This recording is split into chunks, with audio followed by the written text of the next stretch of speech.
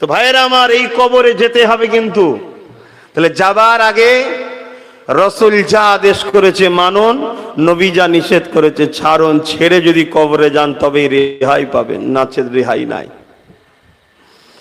কেননা এই কবরে আপনার সঙ্গে আপনার আপনজন আব্বাও যাবে না, ছেলেও যাবে না, স্বামীও যাবে না, স্ত্রী যাবে না। ওই কবরে আপনার সঙ্গে আপনার কেউ যাবে না। ওই কবরে যদি আপনি দুনিয়া জমিনে নবীর আদেশগুলোকে মেনে নেন, নবীর নিষেধগুলোকে ছেড়ে দেন, তাহলে কবরে জমিনে বুখারী মুসলিমের হাদিস আমার নবী পাক তাশরীফ আনবেন এবং তিনি তোমার আমার সম্বন্ধে জানিয়ে দেবেন। এ ফেরেশতাকে কি জিজ্ঞাসা করো, আমি মুহাম্মদ জানিয়ে দিই ও দুনিয়া জমিনে আমার কথা মতোই চলেছিল।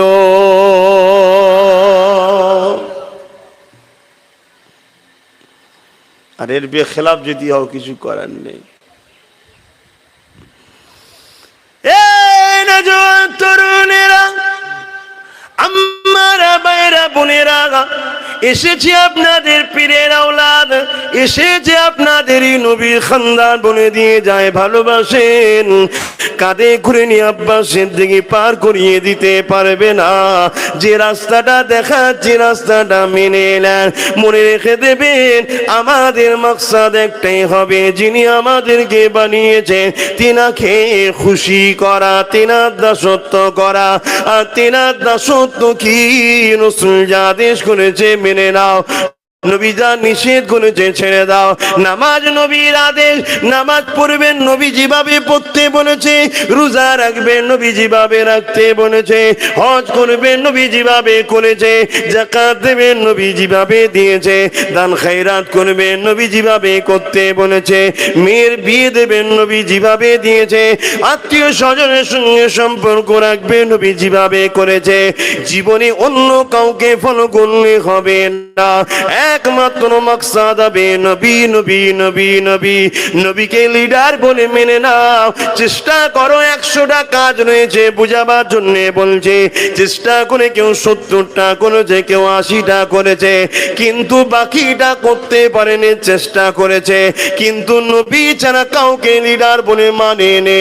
এই বাক্তিটা হতে পারে আল্লাহ পাকের দয়ায় নবীর শাফাতে নাজাতের রাস্তা পেয়ে যেতে পারে। চেষ্টা তো করো। চেষ্টা করেছি, আমি কি আব্বাস সিদ্দিকী সব করতে পেরেছি? এই যদি আল্লাহ ধরে আমারও পার হবনি। আমি আপনাকে বলে যাচ্ছি, আমি তো মনে করি আপনাদের সবার থেকে আমি বেশি পাপী। সারা পৃথিবীতে যত লোক আছে সবার থেকে বেশি পাপী যদি কেউ থাকতে হয়, সে গুনাহগার আব্বাস সিদ্দিকী। কিন্তু চেষ্টা করি ভালো হবার, পেরে উঠতে পারিনি সব। এই চেষ্টাটা আল্লাহ দেখছে না, দেখেন এর মাপ আছে।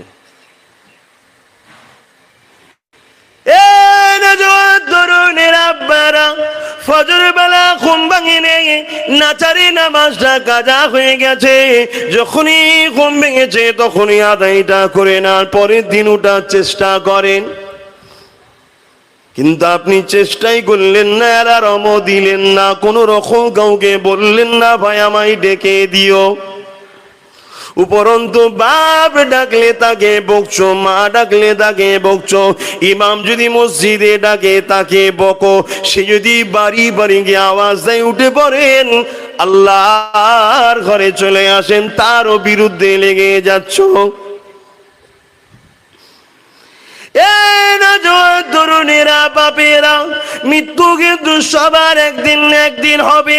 ওই কবরের জমিনটা বড় ভয়ানক হবে। দুনিয়া জমিনে যাদের লিডার নবী নয় অন্য কাউকে বানিয়েছে, তাদের কবরটা কেমন হবে আল্লাহ নবী জানিয়ে দিলে, জাহান্নামের একটা গর্ত হবে, যেখানে 99টা সাপ থাকবে, এক একটা সাপে দুটো করে মুখ হবে। গল্প আমি বলতে আসেনি। এ যুবকেরা কতটা না দুঃখজনক সেই দিন দিনটা হবে। তাই পরিবর্তন হয়ে যান। আল্লাহ দুদিনের জিন্দেগি দিয়েছে, এটা পরীক্ষার জন্য দিয়েছে। এই জিন্দেগিটা আল্লাহ দিয়েছে, আল্লাহ রাস্তায় খরচ করেন, মাকসাদ একটাই হবে নবীকে ফলো করা। আপনি কারবার করবেন অবশ্যই করুন, যে যে খাদ্য দ্রব্য কোন ইসলামে হালাল ওইগুলোকে নিয়ে আপনি ব্যবসা করুন। ব্যবসায় কতটা লাভ করা যাবে, আমার নবীটা যতটা করতে বলেছে ততটা করুন। ব্যবসায় কখনো ধোঁকা কাউকে দেওয়া যাবে না, কেন নবী আমার নিষেধ করে দিয়েছে। তাহলে আপনার ওই পয়সাটা হারাম হয়ে যাবে। ঠিক আওয়াজ শুনছেন তো? না দুটো ঘটনা বলবো। বাবেরা, নওজোয়ান তরুণেরা, আল্লাহ নবী দিন দুনিয়া বাদশা হাবিবুল্লাহ আমাদের জন্য মডেল। এ নওজোয়ানেরা, আজ আমাদের সংসারে শান্তি নাই, কেননা সংসারে নবী নাই। যদি সংসারে নবী থাকতো, অর্থাৎ আপনার দাম্পত্য জীবনটা কেমন ভাবে হবে?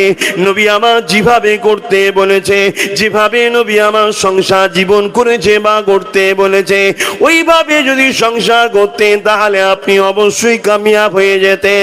আজ মুসলমান ঘরের ছেলেরা বিবাহ করছে সম্পূর্ণ ইসলামের বিরুদ্ধে গিয়ে, মানুষের বানানো নকল ধর্মের ইসলাম মানুষ অনুসরণ করে বিবাহ করছে। না জানি ওই বিবাহটা কতটা শুদ্ধ হচ্ছে আল্লাহ জানে।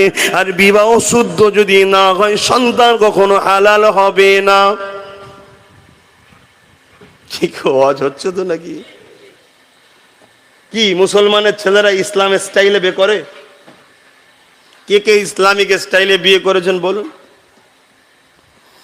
যদি বলেন ইসলামের স্টাইলের বিবাহটা কি, ইসলামের স্টাইলের বিবাহ হলো, এ বাপেরা নওজোয়ানেরা, পুরুষ নারীর মর্যাদার জন্য, কেন নারীর মর্যাদা ইসলামে অনেক, অন্য কেউ দেয়নি এতটা। তাই নারীর মর্যাদার জন্য পুরুষ নারীকে সম্মানের জন্য অর্থ দেবে, দিনমোহর দেবে, পুরুষ দেবে। এখানে তো উল্টো হচ্ছে, মহিলাকে দিতে হচ্ছে মহিলার বাপকে। এটা ইসলামিক বিবাহ কি? এটা আমার নবীর স্টাইলে কি? তাহলে আমি বিয়ে করুনি, যে কটা বিয়ে করুনি এখনো সময় আছে। যদি পারো রসুলের স্টাইলে করো, নবীজি ভাই বলেছে। আর যদি কেউ ফোন নিয়েও ফেলো, এখনো নিঃশ্বাস তো চলছে, সময় আছে। কি? শ্বশুরকে গিয়ে দিয়ে আসো, যে বলো আমি ভুল করেছি, আমাকে আল্লাহর রাস্তায় মাফ করে দেন। আর যদি এই হালে মারা যাও, হয়তো আব্বাস সিদ্দিকীও জানবে না, ভক্ত, বিরাট বড় ভক্ত ছিলে তুমি আমার, ভেতরে কি করেছো আমি জানবো কি রে বাবা? এসে জানা যায় হয়তো দোয়া করতেও চলে যাব, কিন্তু যাকে নিয়েই দোয়া করো, কবরে তোমার ধুলাই কিন্তু ফাঁক যাবে না। হজ করবো না থাকবে? করলে নিয়ত করেছি এইসবই হজ করব, তাতে দাওয়াত হয় হবে না হয়, কমসে কম আল্লাহর কাছে তো ছাড় পেয়ে যাব। আর নাই বললে শুধু খেয়েছিলিস না, হক কথা বলিস নি, আয় তোরও ধুলাই হবে। এই আমায় ছেড়ে দেবে নাকি? সব থেকে বেশি বিপদ তো বক্তাদের, আমাদের সব থেকে বেশি মার হবে। শুনে রেখে দাও। হাই দেখেন হাসছে, সব থেকে বেশি বিপদ আমাদের। মানুষ এত ফোন করে, ফোনে জ্বালায়। কলকাতায় থাকলে বলতে হয় মধ্যমগ্রাম চৌমাথায় আছি। এটা সত্য না মিথ্যা? মিথ্যা কথা বলা সওয়াব না গুনাহ? তাহলে কোথায় জড়াচ্ছে বুঝতে পেরেছেন? তবে নওয়াজুবিল্লাহ, আব্বাস সিদ্দিকী বলে না কেন? আব্বাস সিদ্দিকী দুবার ফোন করলে বলে যাবো না, ঘুরাবো গাড়ি। যদি আমার যেতে এই সময় লাগবে, সহ্য করতে পারলে বল, যাবো না, যাবো পারবো না। কেন? আমি ভাড়া খাটতে পারবো না বাপ, পীরের আওলাদ হিসাবে নিয়ে এলে আসবো না, আসতে পারবো না। কেন? পেটের জ্বালায় জলসা করতে আসেনি। পেটের জ্বালাই করলে মাসে একটা করলেই যথেষ্ট। ইমাম সাহেবের মাইনে কত বলার মতো নয়, আর বলতে হবে না।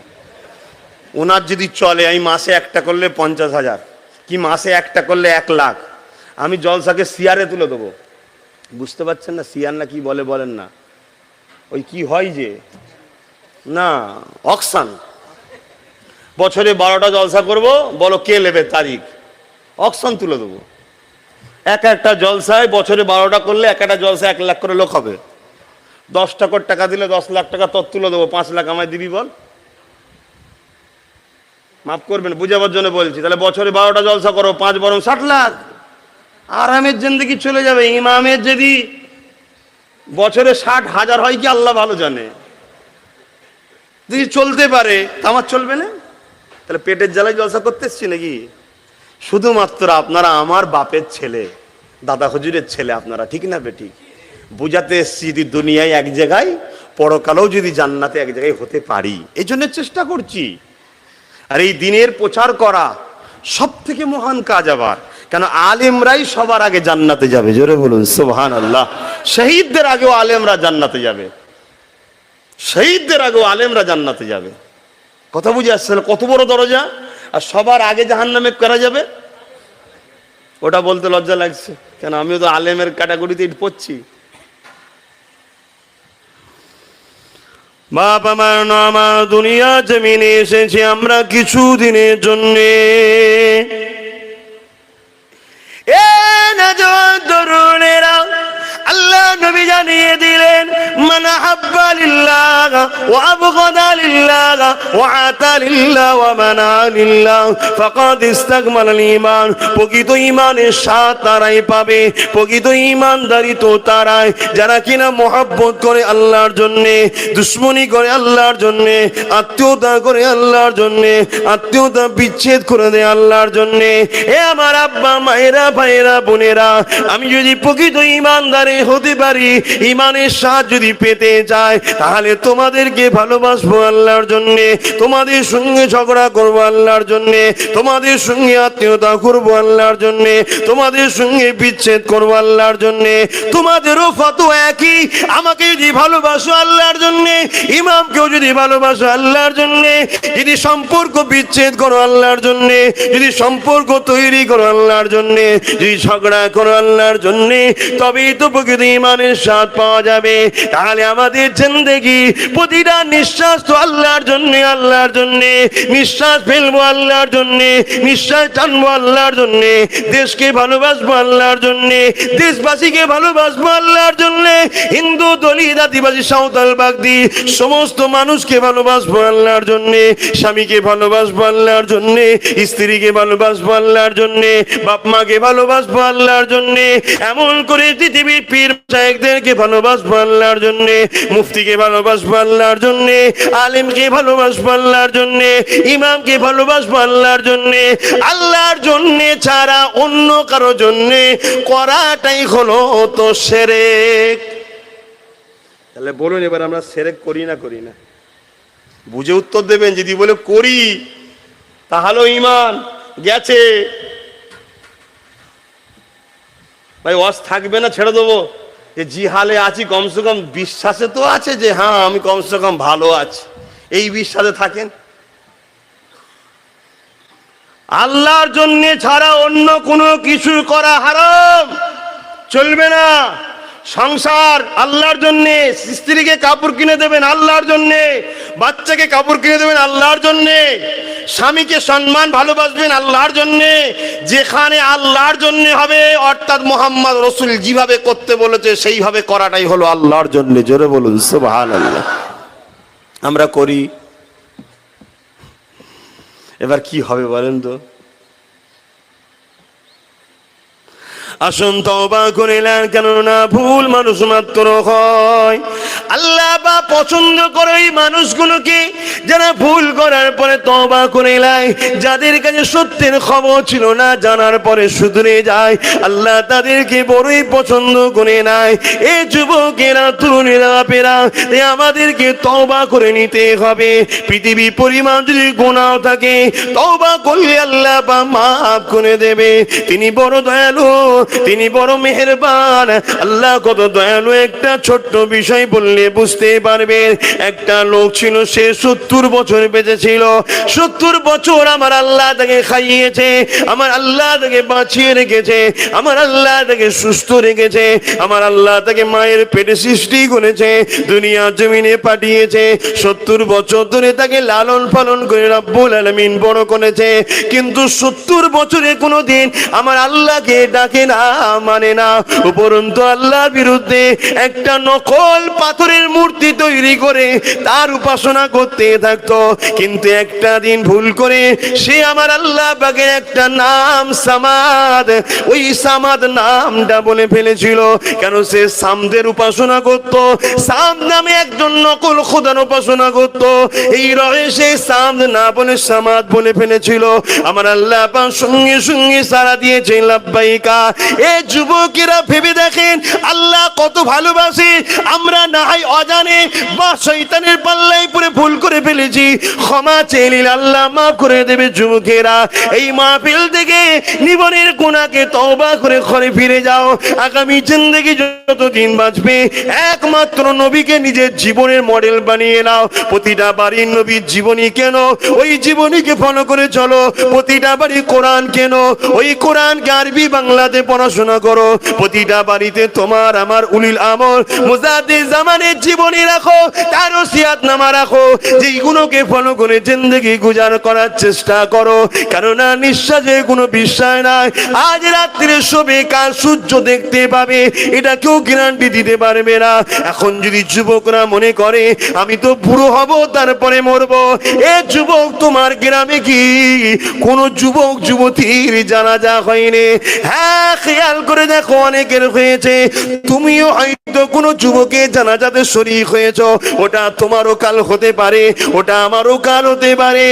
আল্লাহকে ভয় করে ফিরে আসো, যতটা পারো চেষ্টা করো, গাফলতি করো না গো। এই দুনিয়ার মায়াজালে জড়িয়ে আমাদের আখিরাতটা বরবাদ হয়ে যাচ্ছে। এ যুবকেরা, তরুণেরা, ওই সামদের মাননেওয়ালা একদিন আল্লাহকে ডেকে ফেলেছে সামাদ। আল্লাহ পাকের একটা সিফাতি নাম, যেটা তিনি কারো মুখাপেক্ষী নয়। সঙ্গে সঙ্গে আল্লাহ পাক দয়াময় সাড়া দিয়েছে লাব্বাইকা ইয়া বান্দা।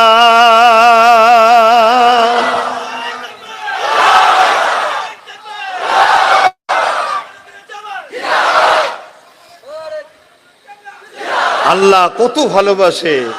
তাহলে আমরা যা করেছি মাফ হবার লাইন আছে না নাই? একটু সবাই বলুন। তাহলে এতক্ষণ যে মন খারাপ হয়েছিল, এবার মন খুশি তো? মন খুশি হয়েছে না হয় নাই?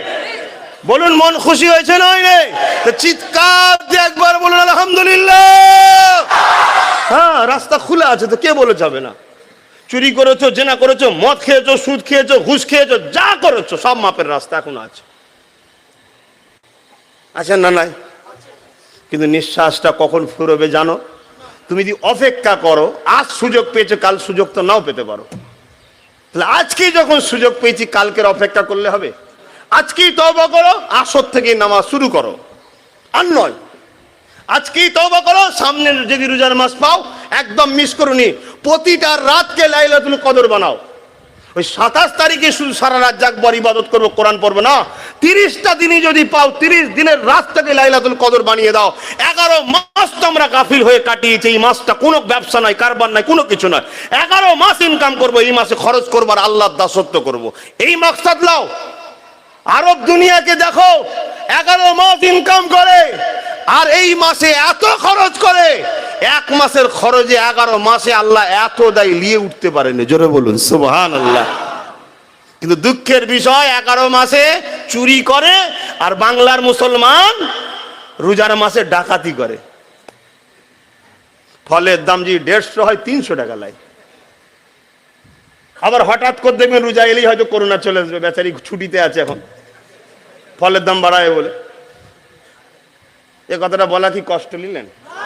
আমার কষ্টের কথা কত চেপে রাখবো, তাই বলে ফেললাম। যদি আপনার হজম না হয়, আপনি কানে তুলে দিতেন। কি করব বলেন না? আর না মারবেন? এখন তো সবার মারা শুরু করেছে। বাপ রে বাপ, সব জায়গায় আবার মাথা গরম করতে যেওনি। অনেক জায়গায় মাথা গরম করলে কিছুদিন পর ব্রেনের তার ঢিলে হয়ে যাচ্ছে। জওয়ান ছেলে ধরে নিয়ে এসছে, কি হয়েছে? বলছে সবই ঠিক ছিল, ওই চায়ের দোকানে বসে আপনার বিষয়ে উল্টো পাল্টা বলেছে। কি বলেছিল? বলছে হুজুরের ছেলে রাজনীতির কথা কেন বলবে, একটু ছোট বড় কথা বলেছিল। আমি কি বলেছে একটু বল না শুনি। বলছে ওর টাওয়ারটা এখন ঠিকই নেই, কি করে বলবে? ও তো টাওয়ার এখন ঠিক লাগছে না। রিলায়েন্স থেকে চলে গেছে সেই ভোদাফোনে, সিস্টেম হয়েছে দেখছেন না? ভোদা থেকে আর এয়ারটেলে, অন্য টাওয়ারে চলে গেছে। তো আর ফোন লাগে আর কিন্তু আমাদের কাজ আবার শরিয়াতের হুকুম, কেউ ভুল করলে ক্ষমা চাইলে মাফ করতে হবে না। আল্লাহ আবার আমাদের ধরবে, তুই মাফ করলে নি কেন আমার বান্দাকে? কি যত যাই হোক আল্লাহর সৃষ্টির ওপর জুলুম করা যাবে না, ঠিক না বেঠিক? যা বাবা আল্লাহর রাস্তায় মাফ করে দিলাম, আল্লাহ তোকে মাফ করতো, কপাল ভালো, পরকালে বেঁচে গেল। আর যে বেটাগুলোকে আল্লাহ পছন্দ করে না, ও এখনো লাড়া দেয়নি, পরকালে সব ধুলাই ঠিক হচ্ছে। কি দিবেন আপনি কি এমন হয়ে গেছেন যে আপনার বিষয়ে বললে পরকালে হবে? ভাই আমি কেউ নয়, কিন্তু কোনো একটা জায়গায় আল্লাহ আমার কিসমত বড় করে কোনো একটা বংশে আমার জন্ম দিয়েছে। ওই বংশে জন্ম নেওয়ার জন্য আমার একটা গুরুত্ব ইসলামে আছে, সেটা হলো কি শরীফুন নসব। শরীফুন নসব দেখে সম্মান করা হলো ওয়াজিব, করতেই হবে। আমার কথা নয় বাবা, রসুলের কথা। শরীফুন নসব কে? নবীর খানদান, সাহাবাদের খানদান। নবীর খানদান, সাহাবাদের খানদান। ফুরফুরার হযরত আবু বকর সিদ্দিক নবীরও খানদান, আবার সিদ্দিক আকবরের খানদান, আবার হযরত আলীরও খানদান, হযরত ওমরের খানদান, হযরত উসমানের খানদান, হযরত আব্বাস রাদিয়াল্লাহু তাআলা হুজুরদের খানদান। কথা বুঝে আসছে? তো সেই বংশে জন্ম নেবার জন্য আমিও শরীফুন নসবের মধ্যে পড়ছি। কথা বুঝে আসছে না? না। এবার যদি বলেন সব ঠিক আছে, তা বলে আপনি বলবেন কেন? আমি কি বলেছি? আমি যেটা বলেছি যদি আল্লাহর জন্য বলে থাকি জায়েজ, আর তুমি যদি আমার সঙ্গে ঝগড়া আল্লাহর জন্য করে থাকো জায়েজ। তুমি যদি আল্লাহর জন্য করে থাকো তো টেনশন কিসের? চলো আগামী দিন আরো লড়াই করো আমার সাথে। আর আমি যদি আল্লাহর জন্য করে থাকি, আমাকে যদি 100 বার জিন্দেগি দেয় আল্লাহ, আমি 100 বার লড়বো। কথা বুঝে আসছে না? নাই, হিসাব তো হবে। সুম্মা নুফিকা উখরা ফাইযাকুম কিয়ামুন ইয়ানজিরুন। এই পাশে একটা আহলে সুন্নাত ওয়াল জামাতের অফিস ছিল, বন্ধ হয়ে আছে দেখলাম। কারা করেছে আমি জানি না। যারা বন্ধ করেছে তারা যদি আল্লাহর জন্য করে থাকে 100% ঠিক করেছে। আর যদি দুনিয়ার কোন কাফেরের জন্য করে থাকে, কিয়ামতের দিন ওই বেটাকে জাহান্নাম যেতেই হবে। চলো, আমি তো ওপেন বলে দিলাম, তুমি করে থাকো আল্লাহর জন্য, এটা বন্ধ, আল্লাহর জন্য বন্ধ হয়েছে। 100% তুমি ঠিক করেছো, ঠিক করেছো, ঠিক করেছো। কাল খুললে কাল আবার বন্ধ করো আল্লাহর জন্য যদি করে থাকো। আর যদি দুনিয়ার কোন সন্ত্রাস কাফেরের জন্য করে থাকো, 100% তুমি তৈরি থাকো, আজ নাই কাল তোমার নিঃশ্বাস ফুরাবে, তোমার কবরে বড় বড় সাপ হবে, সেদিন তুমি জবাব দিবার জন্য তৈরি থাকো। এই তো কথা। আমাকে ছেলেরা ফোন করে, বন্ধ কর, কোন তর্কে ঝগড়াই যাবি না, কোন তর্কে ঝগড়াই যাবি না, চুপ করে বসতা। আমার আল্লাহর উপরে ভরসা রেখে চুপ করে বসতা। কেন? ইসলাম আমাকে ছাড় দিয়েছে, ক্ষমতা থাকলে হাত দিয়ে করো, ক্ষমতা আমার নেই। তাই ইসলাম বলেছে মুখ দিয়ে বলো, আমার ক্ষমতা আছে মুখ দিয়ে বলে দিলাম। কিন্তু যারা ফলো করো আমায়, তোমার মুখ দিয়ে বলার ক্ষমতা নাই। তাই ইসলাম তোমাকে বলছে অন্তর থেকে ঘৃণা করো, ওইটুকু করে থাকো। কথা বুঝে আসছে না? নয়, তাহলে ঈমান আছে। মশলা বুঝে নিয়েছো? কিন্তু আমার ক্ষমতা আছে হাত দিয়ে নয়। হাত দিয়ে আমার ক্ষমতা থাকলে এক্ষুনি হাত দিয়ে বুঝিয়ে দিতাম, হাতে ক্ষমতা আল্লাহ দেয় না। তাই মুখে আল্লাহ ক্ষমতা দিয়েছে, মুখ দিয়ে বললাম। যদি অফিসটা আল্লাহর জন্য বন্ধ করে থাকো জায়েজ, কোনো ভুল করেন না, তারা অনেক মহান কাজ করেছে। আর যদি অফিসটা কোনো সন্ত্রাস কাফের জালিমের জন্য বন্ধ করে থাকে, তাহলে হারাম কাজ করেছে, জবাব দেখা দিতে হবে আল্লাহর কাছে। কারণ আমাদের মাকসাদ একটাই হবে, মানা হাব্বা লিল্লাহ ওয়া আবগাদা লিল্লাহ ওয়া আতা লিল্লাহ মানা আলিল্লাহ ফাকাদ ইস্তাকমালাল ঈমান। এটাও শুনে রেখে দাও। অনেকে বলে হুজুর তুমি রাজনীতির কথা বলো কেন? আমি আজকে এসে একটা বলেছি কি? বলিনি, কিন্তু মশলা উত্তরটা শুধু ভেঙে দিচ্ছি। শোনো, যদি কোরআনে রাজনীতির কথা না থাকে আমি বলাটা অন্যায় করেছি, আর কোরআনে যদি রাজনীতি থাকে আমি বলাটা সুন্নাতে রাসূল করেছি। জোরে বলুন সুবহানাল্লাহ। এবারে কোরআনে রাজনীতি আছে না নাই? চলো ইসলামের স্কলারদের প্রশ্ন করো, ইসলামের স্কলাররা বলো, ইসলামের যারা পণ্ডিত তারা ফতোয়া দেবে আব্বাস সিদ্দিকীর বিরুদ্ধে। আব্বাস সিদ্দিকী ধর্ম সবাইকে রাজনীতির কথা বলেছে, এটা হারাম। কেন? ধর্ম সবাইকে মোহাম্মদ রসুল ছাড়া অন্য কোনো কথা হতে পারে না। কেন? এটা নবীর মেম্বার, এখানে নবীর কথা হবে। অতএব তুমি নবীর মেম্বারে দাঁড়িয়ে রাজনীতির কথা বললে কেন? ইসলাম ও নবীর জীবনে রাজনীতি তো না, অতএব হারাম কথা বলেছ। ফতোয়া দাও, মোল্লা মৌলী সাহেবরা, স্কলাররা ফতোয়া দাও। ফতোয়া দিচ্ছে কে? হারামখোর। রাত 12টায় ঘরের বউ থাকে, ও বারে গিয়ে অন্য মেয়ে হই হই করে, সে ফতোয়া দিচ্ছে। কথা ভুল বলছি? তাহলে এই সকল সন্ত্রাসদের জন্য আজকে আমার ইসলামকে একদল লোক আতঙ্কবাদী বলছে, মাদ্রাসায় জঙ্গি তৈরি হয় বলছে, এই সকল সন্ত্রাসদের জন্য যারা আমাদের ঘরের মধ্যে রয়েছে। ওই পয়সা খাদ্য খারাপের জন্য ছেলে খারাপ হয়ে গেছে। শুনে রেখে দাও, আব্বাস সিদ্দিকীর ওই দিন তুমি বিরোধী করবে যেদিন আব্বাস সিদ্দিকীর বিরোধিতা আল্লাহর জন্য হবে। তোমার বিরোধী করার অধিকার আছে, জায়েজ জায়েজ জায়েজ। তুমি যদি আল্লাহ ছাড়া অন্য কারোর জন্য বিরোধী করে থাকো তাহলে তুমি কিন্তু ভুল করছো, তোমার ঠিকানা জাহান্নাম হবে। তাই নিঃশ্বাস যদি তোমার চলে, এখনো সময় আছে, ফুরফুরা শরীফে গিয়ে আমার হাত ধরে ক্ষমা চেয়ে এলাও, ভুল হয়ে গেছে, ভুল হয়ে গেছে, ক্ষমা চেয়ে এলাও। আর না হয় সেদিন খুব বাকি নয়। আমার আল্লাহ চাইলে তোমাকে দুনিয়াতেও দেখে দিতে পারে, আর যদি দুনিয়াতে না হয় বড় পাপী হও ফেরাউনের মতো যদি হও, তাহলে তোমার কবরে আল্লাহ বুঝিয়ে দেবে। আমার কথায় কেউ বেজার হলেন? আমি যেটা সত্য কথা সেটা বললাম, সত্য কথা সেটা বললাম। বাপেরা, নজওয়ান তরুণেরা আসেন, ফিরে আসেন, আবার আজকে মন দিয়ে শোনেন। নামাজ আমরা নবীকে ফলো করব, রোজা আমরা নবীকে ফলো করব, হজ আমরা নবীকে ফলো করব, যাকাত আমরা নবীকে ফলো করব, দান আমরা নবীকে ফলো করব, দেশকে ভালোবাসবো, নবীকে ফলো করব। এ যুবকেরা, তরুণেরা, রাষ্ট্রকে ভালোবাসবো, নবীকে ফলো করব, দেশবাসীকে ভালোবাসবো, নবীকে ফলো করব। এ নজওয়ানেরা, কেউ যদি লিডার হতে চাও, নবীকে মাননেওয়ালারা শুনে রেখে দাও, তুমি মুহাম্মদ রাসূলকে ফলো করে লিডার হও। তোমার রাজনীতি নবীকে ফলো করে হবে। যদি বলেন এটা গণতান্ত্রিক দেশ, গণতান্ত্রিক দেশ তো কি হয়েছে? তুমি আল্লাহকে যদি ভরসা করো, নবীকে যদি প্রেয়ার করো, তাহলে তোমাকে ফলো নবীকে করতে হবে। বড় লজ্জা, দুঃখ তো এটাই, মক্কার জমিনে একদিনের কথা মনে পড়ে যায়। আবু জেহেলের হাতে একটা পাথর ছিল, আল্লাহ নবীর সামনে নিয়ে এসে বলেছিল, এ মুহাম্মদ, বলো তো দেখি আমার হাতে কি আছে? আজ বড় আফসোস, সেই দিনের পাথর থেকে আমাদের শিক্ষা নিয়ে দরকার। আমার নবী বলেছিল, আবু জেহেল রে, তোর হাতে কি আছে আমি যদি বলে দিই, তুই কি কলমা পড়ে নিবি?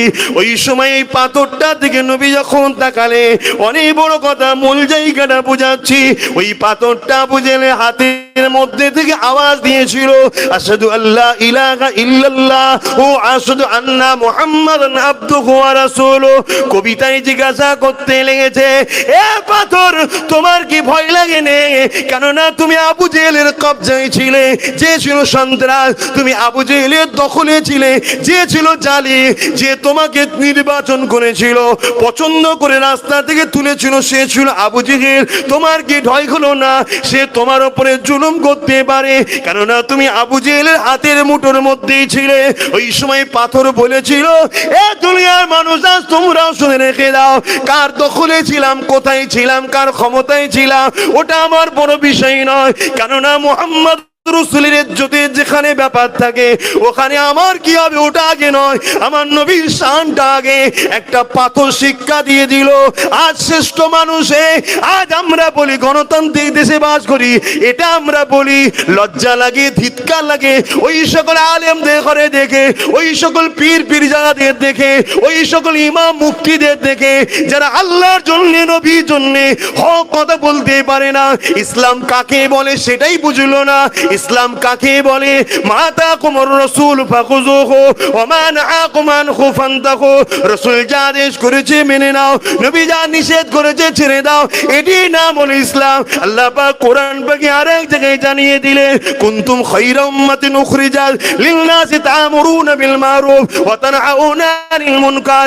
এ দুনিয়ার মানুষ রেখে দাও, কার কথা তোমরা শুনতে যাচ্ছ? আমার আল্লাহ পাক কোরআনে জানিয়ে দিলে, তোমরা হলে শ্রেষ্ঠ উম্মত, মানুষকে ভালো কাজের আদেশ দেবে, খারাপ কাজ থেকে বিরত রাখবে। হাতে ক্ষমতা থাকলে হাত দিয়ে বিরত রাখো, হাতে ক্ষমতা নেই মুখ দিয়ে বিরত রাখো, মুখে ক্ষমতা নেই খারাপকে ঘৃণা করো। এ যুবকেরা, তরুণেরা, বাপেরা, আজকে আমরা কোন দিকে যেতে লেগেছি? গণতান্ত্রিক দেশ বলে আমরা উড়িয়ে দিতে লেগেছি।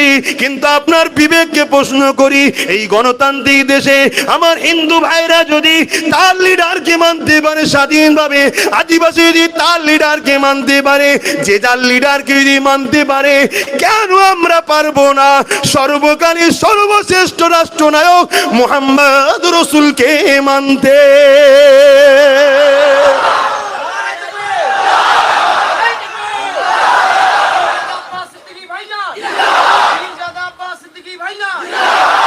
10 বছর 10 বছর মদিনার রাষ্ট্রপ্রধান ছিলেন, রাষ্ট্রনায়ক ছিলেন 10 বছর। 10 বছরে একটা মেয়ে রেপ হয়নি, একটা চুরি হয়নি, একটা ডাকাতি হয়নি, একটা গরিব কোনোদিন না খেয়ে সইনে, কোনো জুলুম ক্রাইম অন্যায় হয়নি। এর নাম হলো রাজনীতি। এটা ইসলাম শিখিয়েছে। কথা বুঝে আসছে না? নাই।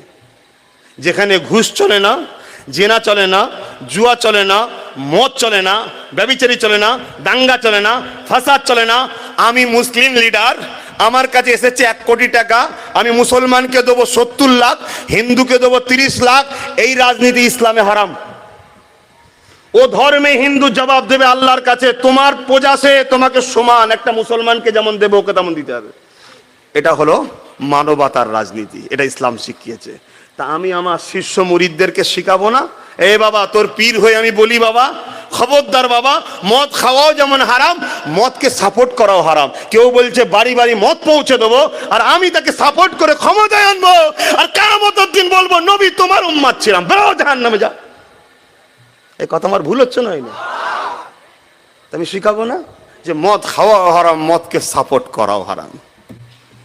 আহা, এরপরে কেউ যদি বলে আব্বাস তোমাকে তো এলাকায় ঢুকতে দেবো না, আমি আসবো না। আল্লাহ যদি কিয়ামতের দিন বলে তুই বললি না কেন? আল্লাহ, আমি জলসা করি না তো, জলসা ছিল না তোমার। যতদিন নিয়ে গেছে মাইক দিয়েছো, মেম্বার দিয়েছো, তুমি ব্যবস্থা করে দিয়েছো, তোমার বান্দাকে আমি বুঝিয়েছি। হয়নি যায়নি বলিনি, ধরা পড়বো নি আমি। এ কথা বুঝছেন না? বোঝেন না? আমি যে অজ করছি তো আমার বাঁচার জন্য অজ করছি। আমাকেও তো এটা বাঁচতে হবে রে বাবা, না এই জীবটাকে তো জাহান্নামের কেঁচি দিয়ে কাটবে আল্লাহ। আমার কথায় কেউ বেজার হচ্ছেন? খুব বোঝার চেষ্টা করেন। দুদিনের দুনিয়া, সবাই সবার ধর্ম স্বাধীনভাবে পালন করছে গণতান্ত্রিক দেশে, কারো অসুবিধা নেই। উলঙ্গ মানুষগুলো খুঁজছে তার ধর্মের রীতি। আমি অপমানের নজরে বলছি না, তথাপিও তার উলঙ্গ সভ্য সমাজে ঘোরাতে আপত্তি নয়, বাধা নয়, ডিস্টার্ব নয়। মা বেটি একসাথে যাচ্ছে, একটা যুবক ছেলে বাধা বয়সী লোক উলঙ্গ যাচ্ছে, কে যাচ্ছে? বাবা। ধর্মগুরু যাচ্ছে, ওখানে অবস্পিদে তাদের হয় রে। কিন্তু তোমার আমার ঘরের মেয়েটা নিজের রূপ যৌবনকে মহান স্রষ্টার হুকুমে ঢেকে রাখবে। স্কুলে স্কুলে ঢুকতে দেওয়া হচ্ছে না, পরীক্ষার হলে বসতে দেওয়া হচ্ছে না, পুলিশের চাকরিতে বসতে দেওয়া হচ্ছে না। আর আমরা মুসলমান বলছি গণতান্ত্রিক দেশে কি করা যাবে? আরে নিজের জুতো খুলে নিজের মুখে মারো। কি তুমি অন্য ধর্মের লোকের কথা বলছো? তারা কেউ তোমাদের দুশ্মন নয়, কেউ তোমাদের ক্ষতি করেনি, তোমরা নিজেদের ক্ষতি নিজেরা করেছো। কথা খারাপ লাগছে? বাঘের খাঁচায় হাত দিয়ে বলবে খাবি না, তা জঙ্গল থেকে বাঘ নিয়ে এলে সে তো খাবি রে বাবা, আনতে গেলি কেন? এ কথা বুঝে আসছে না? নয়, নিজে নিয়ে আসবে, নিয়ে এসে লাস্টে যখন তোমায় কামড়ে নিয়েছে বলছে এইটা তো ঠিক হলো না। আরে ও কামড়েছে, ওর দোষ নয়, ওর কামড়ানোটা হলো খসলত। ওর খসলত হলো কামড়ানো। কেন? ও বিহায়া, ও ল্যাংটো পছন্দ করে, নারীর দেহ শোষণ পছন্দ করে, নারীকে চোখের খিদের নজরে দেখবে এটাও পছন্দ করে। কেন? মুহাম্মাদের উত্তরসূরি নয়, ও আবু জেহেলের উত্তরসূরি, ও ইমামে হোসেনের উত্তরসূরি নয়, ও ইয়াজিদের উত্তরসূরি। কিন্তু তুমি মুহাম্মাদের উত্তরসূরি হয়ে, ইমামে হোসেনের উত্তরসূরি হয়ে কেন আবু জেহেল ও ইয়াজিদের উত্তরসূরিকে সাপোর্ট করলে? তুমি এখন তুমি বলছো স্কুল থেকে বার করে দিচ্ছে, হ্যাঁ? আর এখন আবার অনেকে বলছে আব্বাস সিদ্দিকী চুপ করে আছে কেন? বলছো না? বলেন না? হ্যাঁ, বুঝতে পেরেছো তাহলে? দাঁড়া, এখন কিচ্ছু হয়নি, এখন কিচ্ছু হয়নি। সবচেয়ে বড় বিপদে পড়বে যে ইমামগুলো ঈশান নামাজ পড়ে দূরে যায়। কিছু মনে করবেন না, সত্যটা বলছি। যে ইমামগুলো ঈশান নামাজ পড়ে একটু দূরে যেতে হয়, ওই ইমামগুলো খুব শিগগিরই মজা বুঝবে। দাঁড়া। আর ইমামের মধ্যে একটা বড় অংশ মসজিদে দাঁড়িয়ে আমার বিরুদ্ধে বলেছিল, তোমরা জানো কি জানি না। প্রশ্ন করুন, আল্লাহর ঘরে দাঁড়িয়ে আব্বাস সিদ্দিকীর বিরোধী করলেন আল্লাহর জন্য না অন্য কারোর জন্য? যদি বলে আল্লাহর জন্য, ইমাম ঠিক করেছে, ইমামকে শাবাশি দেওয়া দরকার, ঠিক কাজ করেছে, কারণ আল্লাহর জন্য সব চলে। কিন্তু আব্বাস কি এমন কাজ করলো যেটা আল্লাহর বিরুদ্ধে গেছে? হ্যাঁ, এখনো কিছু হয়নি বাপ, এই তো সবে শুরু হয়েছে। এক আনিস খানকে ছাদ থেকে ফেলে দিয়ে দেখছে সমাজে কি হয়। দাঁড়া, অনেককে ফেলবে, অনেক মারবে। ই বলে আব্বাস সিদ্দিকী তোমার টেনশন হয় না? দৌড় বোকা কোথায় গারে। আমরা বোম বন্দুকের গুলিতে নবী মোহাম্মদ সাল্লাল্লাহু আলাইহি ওয়াসাল্লামের দিদার দেখি আর জান্নাতের খুশবু পাই, আমাদের আবার টেনশন কিসের? কিন্তু যারা বাঁচার জন্য 28% সাপোর্ট করলি, তোদের কি হবে বল দেখি? হ্যাঁ, যারা বাঁচার জন্য 28% গেলি, তোদের কি দশা হবে ওর ভাব। কথা বুঝে আসছে না? না মনে হচ্ছে একটু অন্য লাইনে চলে গেছে, খারাপ লাগছে। হ্যাঁ খারাপ লাগছে। আজ আমার মসজিদকে মিটাচ্ছে। আজ এয়ারপোর্টের মধ্যে একটা মসজিদ আছে না, ওটাকে বারবার খোঁটরানো হয় না? ওটাকে কোন শক্তিতে খোঁটরানো হয়? ওই শক্তিটা কারা দেয়? তা তোমরা যদি দাও, তাহলে মসজিদটা যদি কোনো শক্তি ভাঙে, ওই শক্তিটাকে যে এনেছে, যে ভাঙলো সে দোষী, আর যারা এনেছে তারা দোষী নয়? খুব ভালো করে বুঝবে। তুমি ঘরে একটা ময়াল সাপ পুষলে, অ্যানাকোন্ডা ময়াল সাপ জানো না? পুষলে, তুমি পুষেছ, এখন ওই সাপ গ্রামের 2-3টে লোককে খেয়ে ফেলেছে। সাপটা তো শাস্তি হবেই হবে। তোমার কি হবে? হবে না? হবে না? এই হবে না? হবে না? তোমরা সাপ পুষেছো, সাপ পুষেছো নবীর খানদানের বিরুদ্ধে গিয়ে। ওই সাপ যত ইসলামের ক্ষতি করবে, দুশ্মনী করবে, সব আসামি তোমাদের ঘরে কিয়ামত দিন জবাব দিতে হবে। যদি বলো আল্লাহ আমরা জানি না, আমার আল্লাহ বলবে ডাক দিয়েছিল তোকে, খানদানের রসুল ডাক দিয়েছিল, হুঁশ নাই? মিশকাত শরীফের হাদিস, আব্দুল্লাহ ইবনে উমর থেকে রয়াত। এ বিশ্বের মানুষ, আমার নবী বলছে তোরা জীবনের শেষ নিঃশ্বাস পর্যন্ত আমার খানদানের ঝান্ডা তলায় দাঁড়াবি। জোরে বলুন সুবহানাল্লাহ। তা তোমরা আমাকে বুঝতে পারলে না। এখন কি বুঝতে পারছো না? পারোনি? এখন চোখ খুলছে না খোলেনি? খুলেছে না? খুলেছে না? বাপেরা চলে আসেন, জিন্দগির মাকসাদ একটাই হবে, আল্লাহকে ভালোবাসা, নবীকে ভালোবাসা। এ যুবকেরা, তরুণীরা, বাপেরা, আজ বড় দুঃখ করে একটা কথা বলতে হয়, বাড়ি বাড়ি বাড়ি বাড়ি বাড়ি বাড়ি মুসলমান লোন ঢুকে গেল, অথচ লোন সুদ, সুদ, সুদ খাওয়াটা কি? এ যুবকেরা, তরুণেরা, আমরা সবাই জানি, মায়ের সঙ্গে আর বলবো না, কিন্তু তার আগে আর একটা কথা বলি। সুদ খাওয়ার প্রথম শাস্তি হলো কি? আল্লাহ আল্লাহ নবীর সঙ্গে যুদ্ধের ঘোষণা করা। কিন্তু আজকে মুসলমান বুকে হাত দিয়ে বলো, 100-র মধ্যে 90টা মুসলমানের বাড়িতে বন্ধন লোন ঢুকেছে না ঢোকে? আবার এটা কি সিস্টেম? নারী ছাড়া এই লোন দেওয়া যাবে না, নারী দেখে দেওয়া হবে। শয়তানেরা দেখে নিয়েছে মুসলমানদের পুরুষগুলোকে তো খারাপ করে দিয়েছি, হারামে ঢুকিয়ে দিয়েছি, চায়ের দোকানে বসিয়ে দিয়েছি, টিভির সামনে দাঁড় করিয়ে দিয়েছি, মাচানে আড্ডা দিয়ে দিয়েছি, গান ফাংশনে জড়িয়ে দিয়েছি। কিন্তু মুসলমানদের মেয়েগুলোকে তো খারাপে নামাতে পারি না। কেননা একটা পুরুষ যদি হারাম ইনকাম করে নিয়ে আসে, ওই স্ত্রী যদি খায়, আল্লাহ পাক স্ত্রীকে ধরবে না কিয়ামতের দিনে। কেননা পুরুষকে জবাব দিতে হবে, স্বামীকে জবাব দিতে হবে। তাই এইভাবে ইসলামের দুশ্মনেরা, তোমাদের দুশ্মনেরা দেখে নিয়েছে, যদি আমরা এদেরকে হত্যা করতে যাই, আর ওই মহিলাগুলো নামাজের পাটিতে বসিয়ে দিয়ে হাত তুলে বলে দেয়, ওগো আমার আল্লাহ সাহায্য করো, আসমান থেকে ফেরেশতা এসে যাবে, আবার বদর হয়ে যাবে, সংখ্যা কম হলো, অস্ত্র না থাকলো এদেরকে মিটানো সম্ভব হবে না। তাই তারা দেখে নিয়েছে ওই বাড়িওয়ালিগুলোকে খারাপ করতে হবে। কি করে খারাপ করা যায়? এরা আজকে বড় লুবি হয়ে গেছে। তাই ওদের বাড়ি বাড়ি বাড়ি বাড়ি এমন করে মহিলা ঘুরে ঘুরে বেড়াচ্ছে, এমন করে বন্ধন লোন দিচ্ছে, এবং তার কমিটি তৈরি করছে। কমিটিতে নাম লিখাতে গেলে যে নারীটা সুন্দরী দেখতে, হালকা বয়স হবে, সেই হবে কমিটির আবার সেক্রেটারি। পরপুরুষের পাশে বসে ইসলামকে মিটিয়ে দিয়ে নবীর বিরুদ্ধে গিয়ে যে বাড়িতে সুদ চলবে, ওই বাড়িতে কখনো রহমতের ফেরেশতা আসবে না। ওই বাড়ির ছেলে কখনো আব্বাস সিদ্দিকীকে সাপোর্ট করতে পারে না। ওই বাড়ির ছেলে কখনো আহলে সুন্নাহ সুন্নাতুল জামাতের অফিসকে ভালোবাসতে পারে না। এ যুবকেরা, তরুণেরা, বাপেরা, তাই বলে দিয়ে যাই, তওবা করে নাও। যেসব বাড়িতে বন্ধন লোন নিয়েছো, মিটিয়ে দাও, মিটিয়ে দাও। যদি না মিটাতে পারো, নবী আমার জানিয়ে দিলেন কিয়ামতের দিনে আল্লাহ বলে দেবে তোমরা তৈরি হয়ে যাও, আল্লাহ নবীর বিরুদ্ধে যুদ্ধ হবে। কি গো, আল্লাহর নবীর বিরুদ্ধে যুদ্ধ করবেন আপনারা? শখ আছে?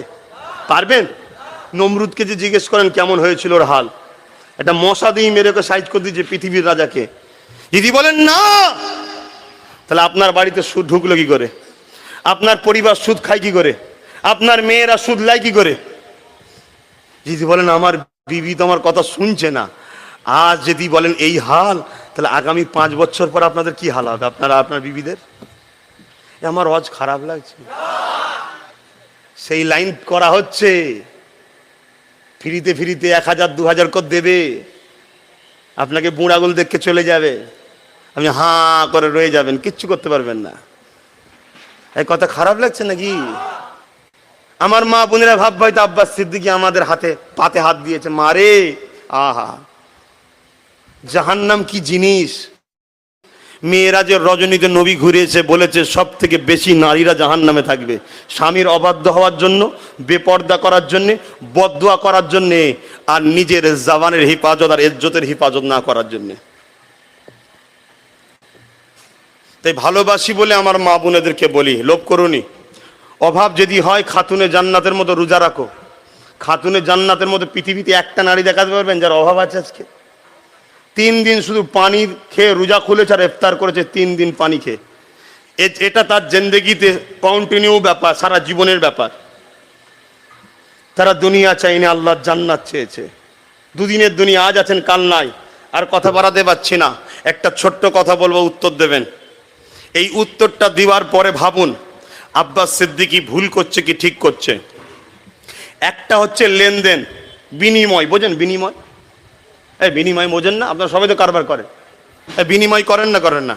বিনিময়, লেনদেন, একটার বিনিময় আর একটা, কিছু দাও কিছু লাও, এটা সবার সঙ্গে চলে, এটা সবার সঙ্গে চলে। কেন আমি তার উপরে দয়া কিছু দেখালাম না? আর একটা হচ্ছে দয়া করা, এহসান করা, সাপোর্ট করা, দুটো এক না আলাদা? দুটো এক না আলাদা? আলাদা। একটু সারা দেবেন ভাই, আর 2 মিনিট। অসুবিধা হচ্ছে? আমার কথায় বেজার হয়েছেন কেউ? তাহলে শুনুন, শেষ কথা বলে যাচ্ছি। সুদ খাওয়ার প্রথম কি? সুদ খাওয়ার প্রথম পাপ কি? যে সুদ খায় সে বলতে চাইছে এটাই আল্লাহ বলছেন, রসুল বলছেন। আপনি কোরআন খুলুন না, সূরা বাকারা খুলুন, দেখালেন আল্লাহ নিজে বলছে যে সুদ খায় সে ঘোষণা দিচ্ছে আমি আল্লাহর বিরুদ্ধে যুদ্ধের ঘোষণা। শুনছেন ভাই? তো বলুন, আপনি খাননে কিন্তু আপনার বাড়িতে কেউ খায়, বা আপনার পাশের বাড়ি কেউ খায়, বা সুদকে কেউ বিস্তার করতে চাইছে, সে আল্লাহর পক্ষে না বিরুদ্ধে? জোরে বলেন। সে আল্লাহর সঙ্গে যুদ্ধের ঘোষণা দিল না দিল না? তা আল্লাহর সঙ্গে যে যুদ্ধ করবে বলেছে, তার হাতকে মজবুত করে তাকে সাপোর্ট করবেন আপনি? জোরে বলেন, জোরে বলেন, সাপোর্ট করবেন? এরপরেও যদি কেউ বলে তোমার কথা আব্বাস সিদ্দিকী চলছে না, তো চলছে না তো আমার কি অসুবিধা হচ্ছে? আমার কিছু অসুবিধা হচ্ছে? তুমি বুঝবে বাপ, তুমি বুঝবে, অনেক বুঝছো, আগামীতে আরো বুঝবে। বিনিময় আলাদা জিনিস, সাপোর্ট আলাদা জিনিস। কথা বুঝে আসছে? কিন্তু আমাকে ভাবতে হবে, সুদ খাওয়া আল্লাহর সঙ্গে যুদ্ধের ঘোষণা। যে সুদকে প্রতিষ্ঠিত করে, সুদকে প্রচার করে, সুদের সিস্টেম চালু করে, তাকে সাপোর্ট করা মানে আল্লাহর বিরুদ্ধে যে যুদ্ধ করে তাকে আমি সাপোর্ট করলাম, অর্থাৎ তার সাথে দাঁড়িয়ে আল্লাহর বিরুদ্ধে আমিও লাগলাম। আমরা আল্লাহর বিরুদ্ধে গেছি না যাইনি? কথা বলছেন না কেন? আর ভেতরে ভেতরে যে বালিশে মাথা, এদের চিন্তা করবেন কি ভুল হয়ে গেছে। যদি আপনার বিবেক বলে ভুল হয়ে গেছে, আপনি বেঁচে গেছেন। তার মানে কি? সঙ্গে সঙ্গে আপনার কাজ দুটো, একটা হলো তওবা করা, জীবনেই ভুল আর করবেন না, ব্যাস মিটে গেল, আল্লাহ মাফ করে দেবে। জোরে বলুন ইনশাআল্লাহ। আমি কিছু ভুল আজ করেছি, কোরআন সুন্নাহ ইজমা কিয়াস শরিয়াতের বিরুদ্ধে কোনো কথা বলেছি, কাউকে ব্যক্তিগত আঘাত করেছি, কারোর সঙ্গে ব্যক্তিগত কোনো দুনিয়ার স্বার্থে সাপোর্ট করেছি না। আমার লক্ষ্য একটাই, আল্লাহ, আল্লাহ রসুলকে ভালোবাসা। আমি যদি কোনো মানুষকে বাঁচাতে চাই, ওটা আল্লাহর সৃষ্টি হিসাবে বাঁচাতে চেয়েছি। আমি যদি দুনিয়ায় কিছু বন্ধ করতে চাই, আমার রসুলের দিনে বন্ধ ছিল, তাই বন্ধ করতে চাইছি। আপনি আমায় বুঝতে পারলেন না কেন? আপনি বড় শয়তানের ভয়ে ছোট শয়তানের কোলে উঠে পড়েছেন। আপনার হুঁশি নাই। কথা বুঝে আসছে না? নাই। অতএব আল্লাহর উপরে ভরসা রেখে আগামী দিন জীবন যাপন করুন। যা কিছু করবেন লক্ষ্য যেন থাকে আল্লাহকে খুশি করা, নবীর হুকুম মানা। আসুন, এই ধর্মীয় মাহফিলগুলো হবে না বন্ধ হবে? জোরে বলুন, হবে না বন্ধ হবে?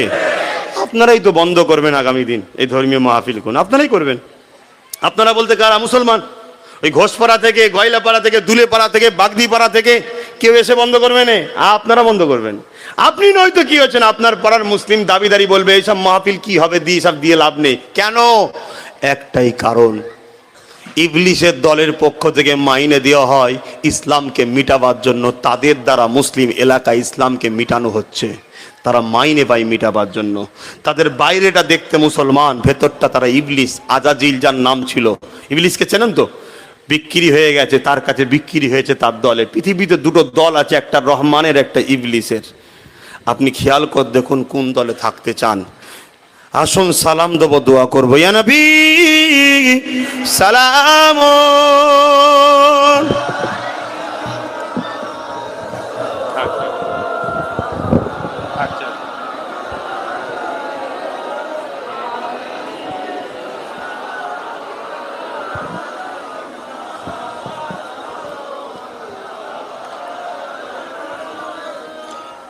আমার বাপ ভাইরা, সালাম দিবার আগে একটা ছোট্ট কথা। আমি যে এই অফিসটার কথা বললাম, এ থেকে আপনারা বেজার হলেন? আহলে সুন্নাত আল জামাত এটা একটা ইসলাম ধর্মের ধর্মীয় সংগঠন। ইসলাম ধর্মের অরাজনৈতিক ধর্মীয় সংগঠন। ধর্মপ্রেম, মানবপ্রেম, দেশপ্রেম, মুহাম্মদ সাল্লাল্লাহু আলাইহি সাল্লামের রেখে যাওয়া দ্বীনের খেদমত করার জন্য এই সংগঠনটাকে তৈরি করা হয়েছে। আহলে সুন্নাত আল জামাত, এই দলটা যে নাম, এই দলটার নাম আমার নয়, এটা আমার রসুল বলেছেন যে দল জান্নাতি, সে দলটার নাম হলো আহলে সুন্নাত আল জামাত। সেই সুন্দর নামটাকে নিয়েছি। আর ফুরফুরা শরীফ হলো দাদা হুজুর পীর কেবলার। তাই কথাটা বললাম। যারা এখানে আমার ভালোবাসার মানুষ আছেন, জীবনে কোনোদিন অন্যায়কে সাপোর্ট করবেন না, অন্যায়ের পক্ষে দাঁড়াবেন না, অন্যায় কারোর উপরে করবেন না। কারো যদি দিলকে জুড়তে না পারেন, কারো দিলকে কখনো ভাঙবেন না। যদি কেউ জোর দেখিয়ে কিছু করতে যায়, কিছুক্ষণের জন্য ওটা সবর করুন, সবর করুন। আল্লাহ চাইলে যে বন্ধ করেছে তার দিয়েও আল্লাহ খোলাতে পারে, পারে না? পারে না? হ্যাঁ, যদি তাও না হয় তাও সবর করুন। আমি চাই আপনারা ধৈর্য ধরবেন, কেন ধৈর্যশীলকে কে পছন্দ করে? আল্লাহ। খবরদার কোনো ফিতনাতে, কোনো ঝগড়াতে, গ্রামের বিশৃঙ্খলাতে যাবেন না, যাবেন না। এটা আমার হুকুম আমার সংগঠনের ছেলেদের কাছে। আদেশ করলাম না, আমার পায়ের ওপরে পা দিয়ে ঝগড়া করছে, আমি যেটা বললাম যে সবর করুন। আমার রসুল পাক সাল্লাল্লাহু আলাইহি ওয়াসাল্লাম ও সাহাবাদেরকে বলেছিলেন সবর করুন। কিন্তু এমন একটা দিন আসলো, তারাই বলতে আসলো মুহাম্মদ সাল্লাল্লাহু আলাইহি ওয়াসাল্লাম, আমাদের যে চুক্তি ছিল সেই চুক্তিটাকে আমরা নিজেরাই ভেঙে দিতে চাই, কেন আমরা নিজেদের জালে নিজেরাই ফেঁসে গেছি। হতে পারে আল্লাহ যারা আজকে ভুল করছে তাদেরকে হেদায়েত করুক, বলুন আমিন। যদি হিদায়েত কপালে না থাকে, বিচার আল্লাহ করবে। আসুন আমরা মিলেমিশে আগামী দিন আমাদেরকে আল্লাহ যে জন্য তৈরি করেছে, আমার রসুলের দিন ইসলামের খেদমত করা, হকের পক্ষে থাকা, ন্যায়ের পক্ষে থাকা, মানবতার পক্ষে থাকা, সভ্যতার পক্ষে থাকা। আজ আমি আপনাদের কাছে একটা অঙ্গীকার লব। আমার এই অঙ্গীকারে আপনাদের আমার সঙ্গে কথা বলতে হবে। হ্যাঁ হ্যাঁ, না না বলবেন। যদি না বলেন সেটাও জোরে বলবেন, হ্যাঁ বলেন, হ্যাঁ বলবেন। আগামী দিন সময় খুব সংক্ষেপ, আমাদের ঘরে প্রস্তুত হতে হবে লড়াইয়ের জন্যে। আমরা কি রাজি আছি? একটু জোরে বলুন, রাজি আছেন? কি লড়াই করবেন? মানবতার জন্যে, সভ্যতার জন্যে, ইনসাফের জন্যে, ইনসানিয়াতের জন্যে, মাতৃভূমির ভালোবাসায়, দেশবাসী অসহায় মানুষকে, মাজলুম মানুষকে জালিমের হাত থেকে বাঁচাবার জন্য, আল্লাহ রসুলকে খুশি করার জন্য ভাইজানের সাথ দিয়ে শেষ নিঃশ্বাস পর্যন্ত লড়াই করতে কারা রাজি আছেন একটু হাত তুলে দেখান। আলহামদুলিল্লাহ, তাদের জীবন গেলে জীবন দিতেও রাজি আছেন, মাল গেলে মাল দিতেও রাজি আছেন, ঠিক না বেঠিক? কিন্তু মাকসাদটা মনে রাখবেন, ন্যায়ের জন্যে, সত্যর জন্য, ইনসাফের জন্য, ইনসানিয়াতের জন্য, মানুষ্য জাতির জন্য, সর্বধর্মের অসহায় মানুষকে উপর যে জুলুম হচ্ছে সেই জালিমদের হাত থেকে শোষিত, লাঞ্ছিত, বঞ্চিত আল্লাহর সৃষ্টিগুলোকে বাঁচাবার জন্য, মাতৃভূমির জন্যে লড়াই করতে হবে। করতে হবে না? হবে না? আমার রসুল তার মাতৃভূমির জন্য করেছে না করেনি? ইতিহাস পড়ুন, মক্কার জন্য অনেক কিছু করেছে। নামাজের সময় আর কথা বাড়াচ্ছি না। ইয়া নবী সালাম, ইয়া রাসূল সালাম, ইয়া হাবিব সালাম,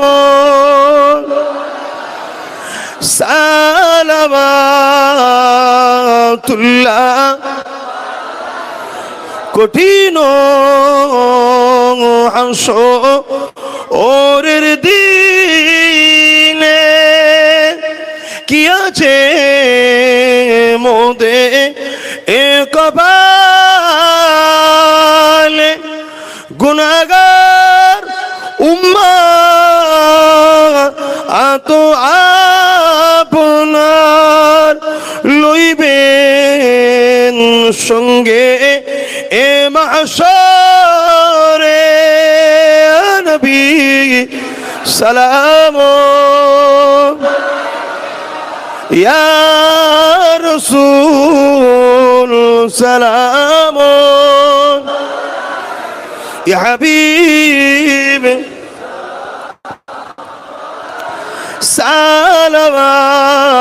সালাওয়াতুল্লাহ। সকলে গে বসেন। ইয়া রাব্বি সাল্লাল্লাহু আলাইহি ওয়াসাল্লাম। বাপ ভাইরা, সময় কিভাবে পার হয়ে গেছে বুঝতেই পারিনি। আর একটাও কথা নয়, আসেন তওবা পড়েন। বিসমিল্লাহির রহমানির রহিম। আল্লাহ তাআলা, আমি জানা অজানা, ইচ্ছা ইচ্ছা সকল গুনাহ হইতে তওবা করিতেছি। আস্তাগফিরুল্লাহ রাব্বি মিন কুল্লি জামবি ওয়া আতুবু ইলাইহি। আশহাদু আল্লা ইলাহা ইল্লাল্লাহু ওয়াহদাহু লা শারীকা লাহু ওয়া আশহাদু আন্না মুহাম্মাদান আবদুহু ওয়া রাসূল। লা ইলাহা ইল্লাল্লাহ মুহাম্মাদুর রাসূলুল্লাহ সাল্লাল্লাহু আলাইহি ওয়াসাল্লাম। 5 ওয়াক্ত নামাজ পড়বেন, একমার রোজা রাখবেন, বাপ মার খেদমত করবেন, হালাল খাবেন, মা বোনদের পর্দায় রাখবেন। আল্লাহর আইন পর্দা, আর আল্লাহর দুশ্মনদের আইন পর্দার বিরুদ্ধে। আপনি কোন দিকে যাবেন আপনার ব্যাপার। আসুন বিদায় নিচ্ছি দোয়ার পরেই মসজিদের দিকে। আর একদম দাঁড়াবেন না, দোয়ার দরকার আছে, দোয়া তো রোজ হচ্ছে। হ্যাঁ, যা আলোচনা করেছি হয়ে যাবে, তাকে এবার ছোট করে আল্লাহুম্মা আমিন। আল্লাহ, এতটুকু দোয়া চাই, আপনি আমাদের স্রষ্টা, আপনি আমাদের স্রষ্টা, আপনি আমাদের মালিক, আপনি আমাদের সৃষ্টিকর্তা। আপনার কথা বলতে গিয়ে, দিন ইসলামের কথা বলতে গিয়ে, ভাইদেরকে বোঝাতে গিয়ে একটু সময় চলে গেছে, ওয়াক্ত এখনো রয়েছে। আল্লাহ, আমাদের নামাজি মুত্তাকি পরহেজগার আমাদেরকে বানিয়ে দিন। আল্লাহ, আমাদেরকে আপনার করে নেন, জীবনের গুনাহ খাতা মাফ করে দিন। যারা অসুস্থ আছে সুস্থ করে দিন। এক মা আমার, বোন আমার, জানি না হসপিটালে আছে, তাকে সুস্থ করে দেবেন। যে যা নিয়তে হাত তুলেছে নিয়তকে কবুল করে নেবেন। আহলে সুন্নাত ওয়াল জামাতের ছেলেদের অন্তরে সবর দিন, সাহস দিন, তাকত দিন, আপনার জন্য, রসুলের জন্য, হকের জন্য, দেশের জন্য, দেশবাসীর জন্য, মানুষ জাতির জন্য। এদেরকে আগামী দিন ন্যায়ের পক্ষে অরাজনৈতিক প্ল্যাটফর্মে দাঁড়িয়ে লড়াই করার ক্ষমতা, সাহস, তাকত আপনি আরো বাড়িয়ে দিন। আল্লাহ, যে ন্যায়ের পক্ষে থাকবে তার সাথ আমাদের থাকবে, এই তৌফিক আমাদের ঘরে দিন। আল্লাহ, আল্লাহ, আমাদের যে অভাব আছে অভাবকে দূর করে দিন। যে যা আসলে হাত তুলেছে কবুল করে নিন। ইমাম সাহেব ভাইকে ন্যায়ের পক্ষে, সত্যের পক্ষে, দিনের পক্ষে, হকের পক্ষে খেদমতের তৌফিক দিন। আল্লাহ, আমি আপনার দাস, আপনার সৃষ্টি, যতদিন বাঁচবো আপনার পক্ষে কথা বলার তৌফিক দিন, আপনার হয়ে কাজ করার তৌফিক দিন, আপনার হয়ে লড়াই করার ক্ষমতা দিন। আল্লাহ, আল্লাহ, ফেরাউনকে আপনি মিটিয়েছেন, নমরুদকে মিটিয়েছেন, সাদ্দাতকে মিটিয়েছে, এই চুনো মুটিগুলোকে মিটাতে আপনার সময় লাগে না। তবে আপনি আমাদেরকে পরীক্ষা নিচ্ছেন, এই পরীক্ষায় ধৈর্যের সাথে আমাদেরকে, আমার ভালোবাসার মানুষদেরকে সবরের সাথে পাস করার তৌফিক আপনিই দেবেন আল্লাহ। আপনি পরীক্ষা নিচ্ছেন, আপনি পাস করাবেন। আমরা কমজোর মানুষ, দুর্বল মানুষ, কি করে পাস করব আল্লাহ? আপনি দয়া করুন, আমার মা বোনগুলোকে সুদ থুত ঘুষ থেকে, বেপর্দা থেকে হেফাজত করুন। প্রতিটা বাড়িতে নেককার সন্তান দান করুন, সুখের সংসার দান করুন, স্বামী স্ত্রী মিলেমিশে রাখুন। আমার ছোট ভাইকে আল্লাহ আপনি আরো বড় কামিয়াবি দেবেন আল্লাহ। আজ একজনকে আপনি দিয়েছেন সর্ব অসহায়, ছোট ছোট গুনাহ আল্লাহ মাফ করে দেয়, জোরে বলুন সুবহানাল্লাহ। আর বসে যদি খালেস অন্তরে তওবা করে লাই, যা জীবনে পাপ করব না। পাপ কি? যেটা আল্লাহ অপছন্দ করে সেটাই হলো পাপ। পাপ কি? যেটা করতে রাসূল নিষেধ করেছে সেটাই পাপ। বুঝাতে পারছি? করব না আর, যা করেছি আল্লাহ ক্ষমা করে দাও। আজকে খালেস নিয়েতে আল্লাহকে স্মরণ করে তওবা করে নিল। মায়ের পেট থেকে বেরোলে যেমন বেগুনাহ হয়, এখান থেকে ঘরে যাবেন বেগুনাহ হয়ে। জোরে বলুন সুবহানাল্লাহ। কিন্তু মোহব্বত ভরা ভালোবাসায় উচ্চ আওয়াজে দরুদ শরীফ, আল্লাহুম্মা সাল্লি আলা।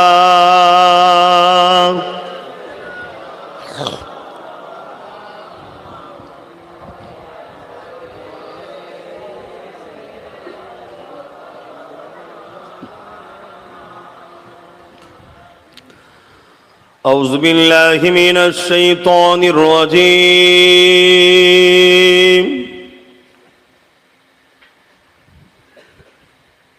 بسم الله الرحمن الرحيم.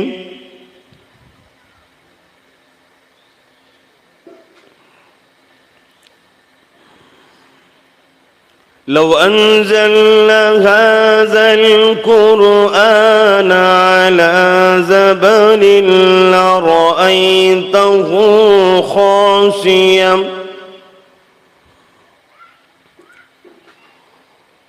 خاشعا متصدعا من خشية الله.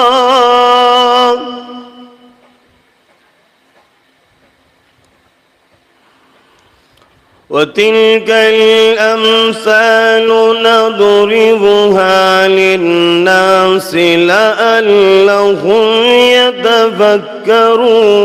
يتفكرون. هو الله الذي لا إله إلا هو عالم الغيب والشهادة هو الرحمن الرحيم.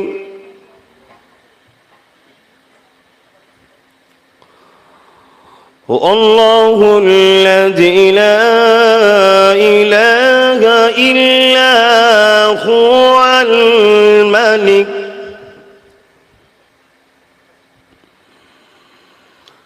الملك القدوس السلام المؤمن المهيمن العزيز الجبار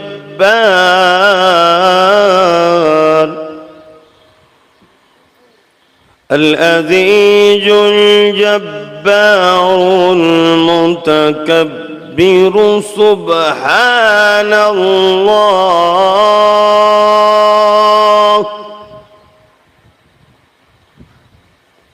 سبحان الله عما يشركون. هو الله الخالق البارئ المصور له الأسماء الحسنى يسبح له ما في السماوات والأرض وهو العزيز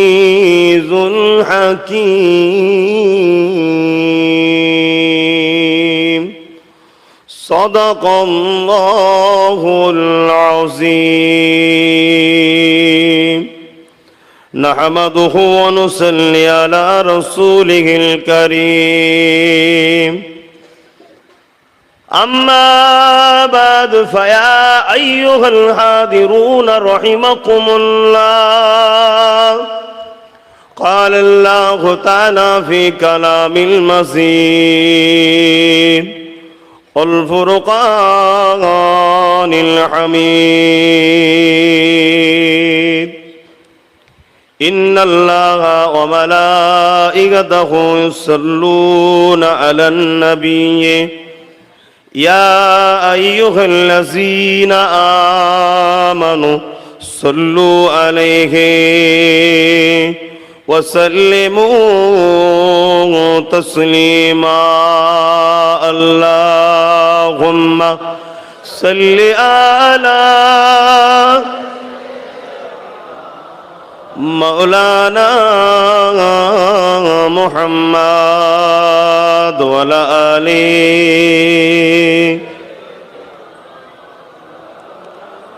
محبت اللهم صل على سيدنا مولانا محمد وعلى آله سيدنا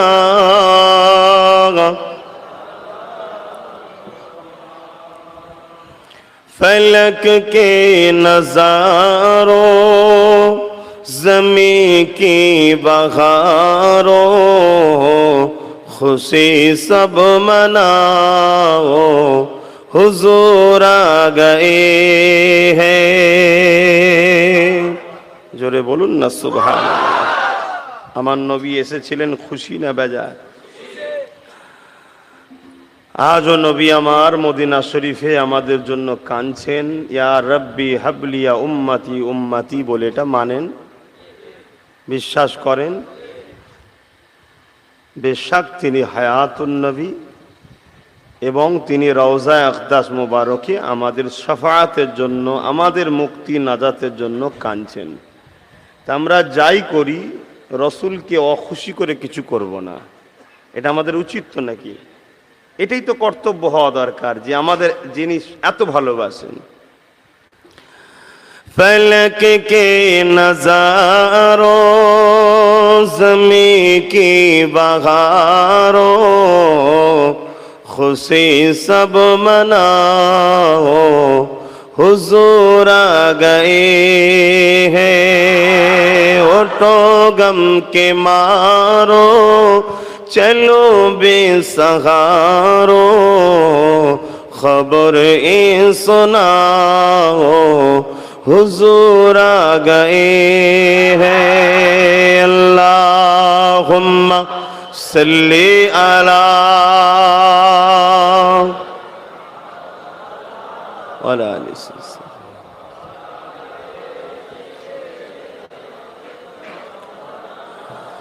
अनोखा निराला वो जीसानाया वो सारे रसूलों का सुल्तान आया अल्लाह আমার নেতাকে আমাদের রসুলকে আমাদের নবীকে সমস্ত নবীদেরও সুলতান বানিয়েছে বলুন সুবহানাল্লাহ এতে আমরা খুশি না বেজার কত বড় সৌভাগ্যবান আমরা যেমন এক ব্যক্তিত্বকে আমরা মানি এমন একজন ব্যক্তির উপরে আমরা ঈমান এনেছি যিনাকে আল্লাহ সমস্ত রসুল নবীদেরও সুলতান বানিয়েছেন এবং তিনি দোনো জাহানেরও সুলতান জোরে বলুন সুবহানাল্লাহ अनोखा निराला वो इंसान आया वो सारे रसूलों का सुल्तान आया उठो गम के मारो चलो बेसहारो खबर ए सुनाओ हुजूर आ गए हैं अल्लाहुम्मा सल्ली अला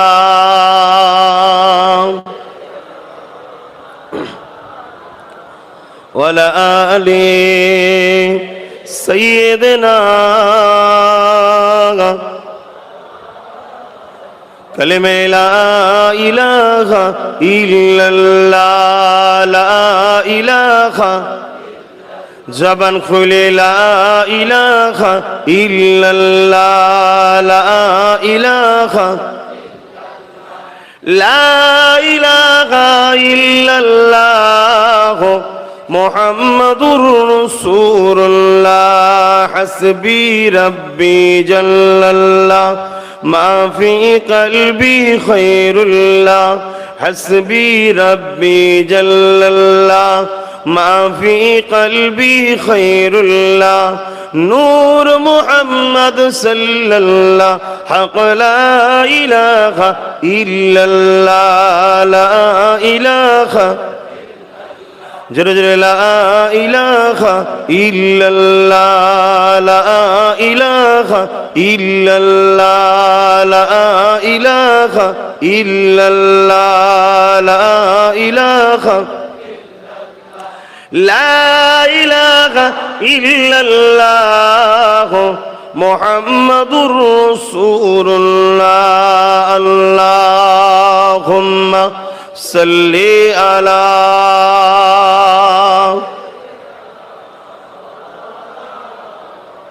وعلى آله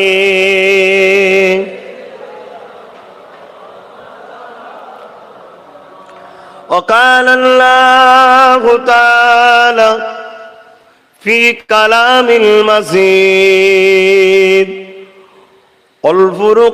والفرقان الحميد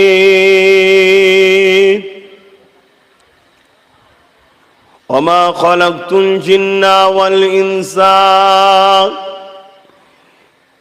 إلا ليعبدون আমার আব্বা জানেরা, পর্দা নিশিন আমার আম্মা জানেরা, আমার নওজোয়ান তরুণেরা, ভাইয়েরা, পর্দা নিশিন আমার বোনেরা, ছোট ছোট বাচ্চারা, ওলামা হযরত, হাফেজে কোরআন, ইমাম সাহেবগণেরা, আমি গুনাহগার পাপী মানুষ, বদকার মানুষ। আপনাদের পীরের আওলাদ হওয়ার জন্য, নবীর ঘর পীরের ঘরে জন্ম নেওয়ার জন্য, খানদানে রসুল আওলাদে মুজাদ্দেদ হওয়ার জন্য আপনারা ভালোবেসে নিয়ে এসছেন। আমার বলার কোনো ক্ষমতা নাই, যদি আমার আল্লাহ দয়া করে কিছু বলান আমি বলবো, তবে জবানে কথা দিয়েছে কে? তাহলে আমি কথা বলবো আল্লাহর জন্য। শুনে নেবেন না ঝগড়া করবেন? কথা বলছেন না কেন? আমার কোনো কথা যদি আপনার লাইফের জিন্দেগি চলাতে বা আপনার মতের সঙ্গে বিরোধী হয়ে দাঁড়ায়, আর আমার কথাটা যদি আল্লাহ আল্লাহ রসুলের পক্ষে হয়, আপনি আমার কথাটা নেবেন না ঝগড়া করবেন? কোরআন শরীফের একটা আয়াত তেলাওয়াত করেছি।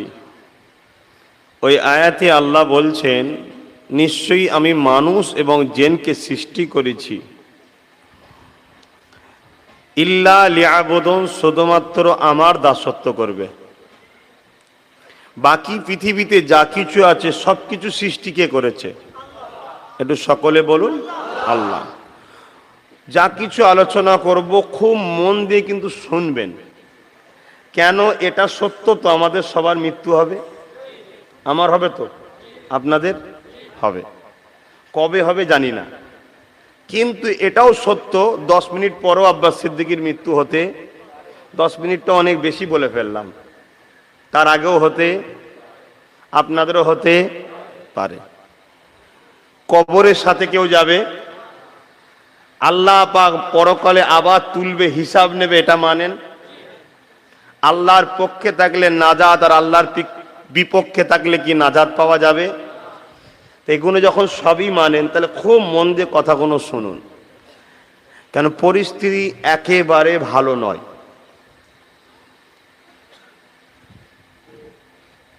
প্রতিটা মানুষ, সে মুসলমান হোক, হিন্দু হোক, দলিত হোক, আদিবাসী হোক, সাঁওতাল হোক, বাগদি হোক, মানুষ, এই মানুষগুলোকে একটা কথা, প্রথম 3টে কথা জানা দরকার। নাম্বার 1, আমাকে বানালো কে? আপনারা জানেন কে বানিয়েছে? যারা যারা জানেন একটু জবান খুলে বলুন, একটু শাহাদাত আগুলটা তুলে বলুন কে বানিয়েছে। আলহামদুলিল্লাহ। তাহলে একটা নম্বর আপনারা জেনে গেছেন। দ্বিতীয় নম্বরটা আপনারা জানা দরকার যে কেন বানিয়েছে। এটা জানেন আপনারা? বলুন জানেন?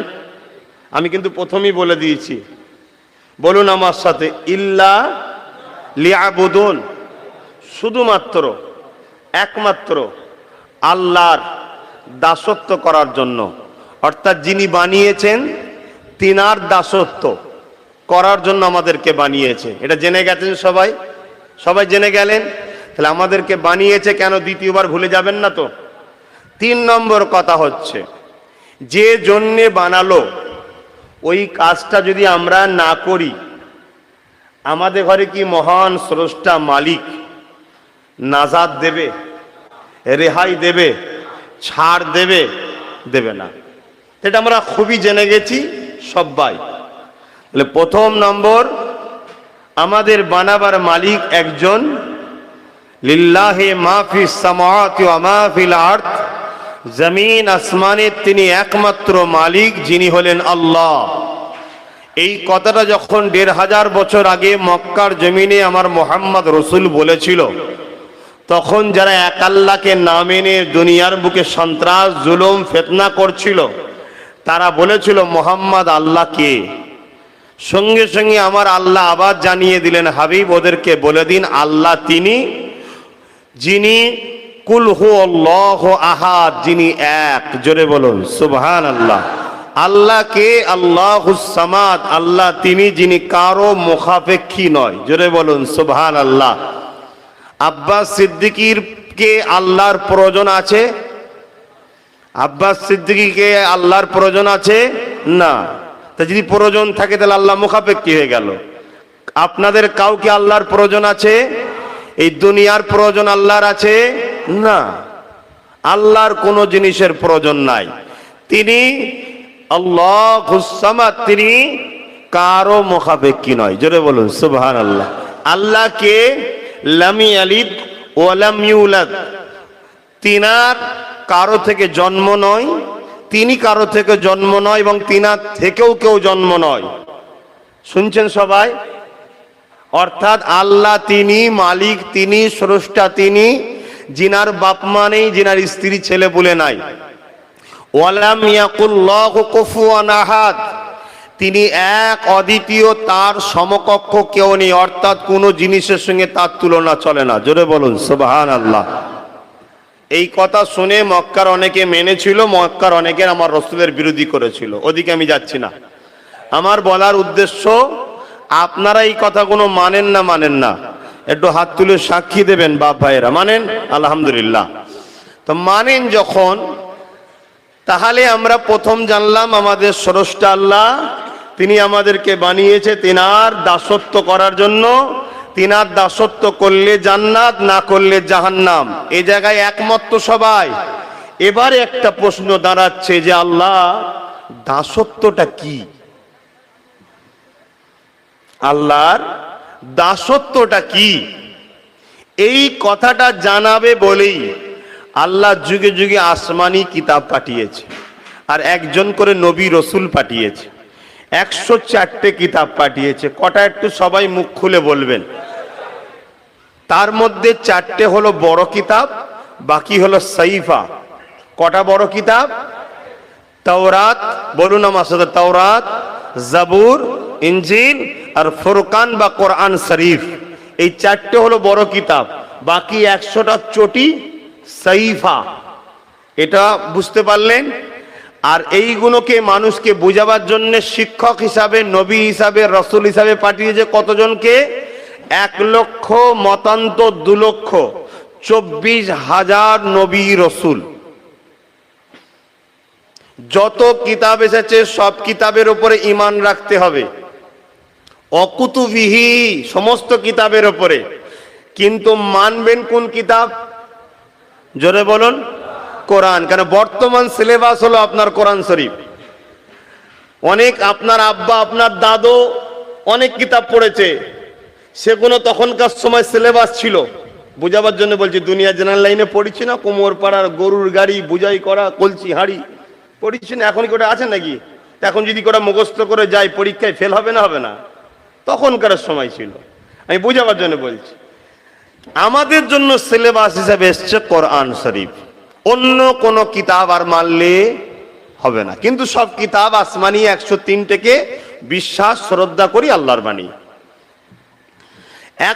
1 লক্ষ মতান্তর 2,24,000 নবী রসুল এসেছে, সমস্ত নবীদেরকে সম্মান শ্রদ্ধা বিশ্বাস করতে হবে। অরসুলিহি, সমস্ত নবীর উপরে ঈমান আনো, কিন্তু ফলো করবেন মানবেন কাকে? যিনি আমাদের জন্য শিক্ষক হিসাবে এসছে। আপনার এলাকায় স্কুল আছে 500 বছর বয়স, আপনার 5 পিঢ়ি আগের দাদু স্কুলে পড়েছিল, তখন হেডমাস্টার আলাদা ছিল, শিক্ষক আলাদা ছিল, সেই শিক্ষকও শ্রদ্ধা করতে হবে। কিন্তু এখন যিনি আমার শিক্ষক, আমি তার কথা শুনবো আর তার কথা নয়। এখন ইনি কি আমাকে যা শিক্ষাবে সেটাই পড়বো। তা এখন আমাদের জন্য শিক্ষক হিসাবে এসেছেন হযরত প্রফেট মুহাম্মদ রাসূল সাল্লাল্লাহু আলাইহি ওয়াসাল্লাম। আমাদের বলতে কাদের? মুসলমানদের জন্য এসছে না, সমস্ত মানুষ জাতির জন্য ইনি শিক্ষক।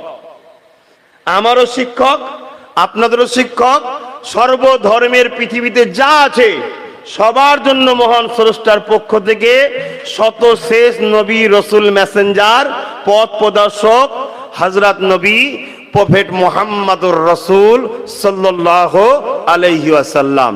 তাহলে আমাদের ঘরে মহান স্রষ্টা আমাদের চলার রাস্তা দেখাবার জন্য গাইড বুক হিসাবে কোরআন, আর ওই কোরআনটা আমাদেরকে বোঝাবার জন্য পাঠিয়েছেন কাকে?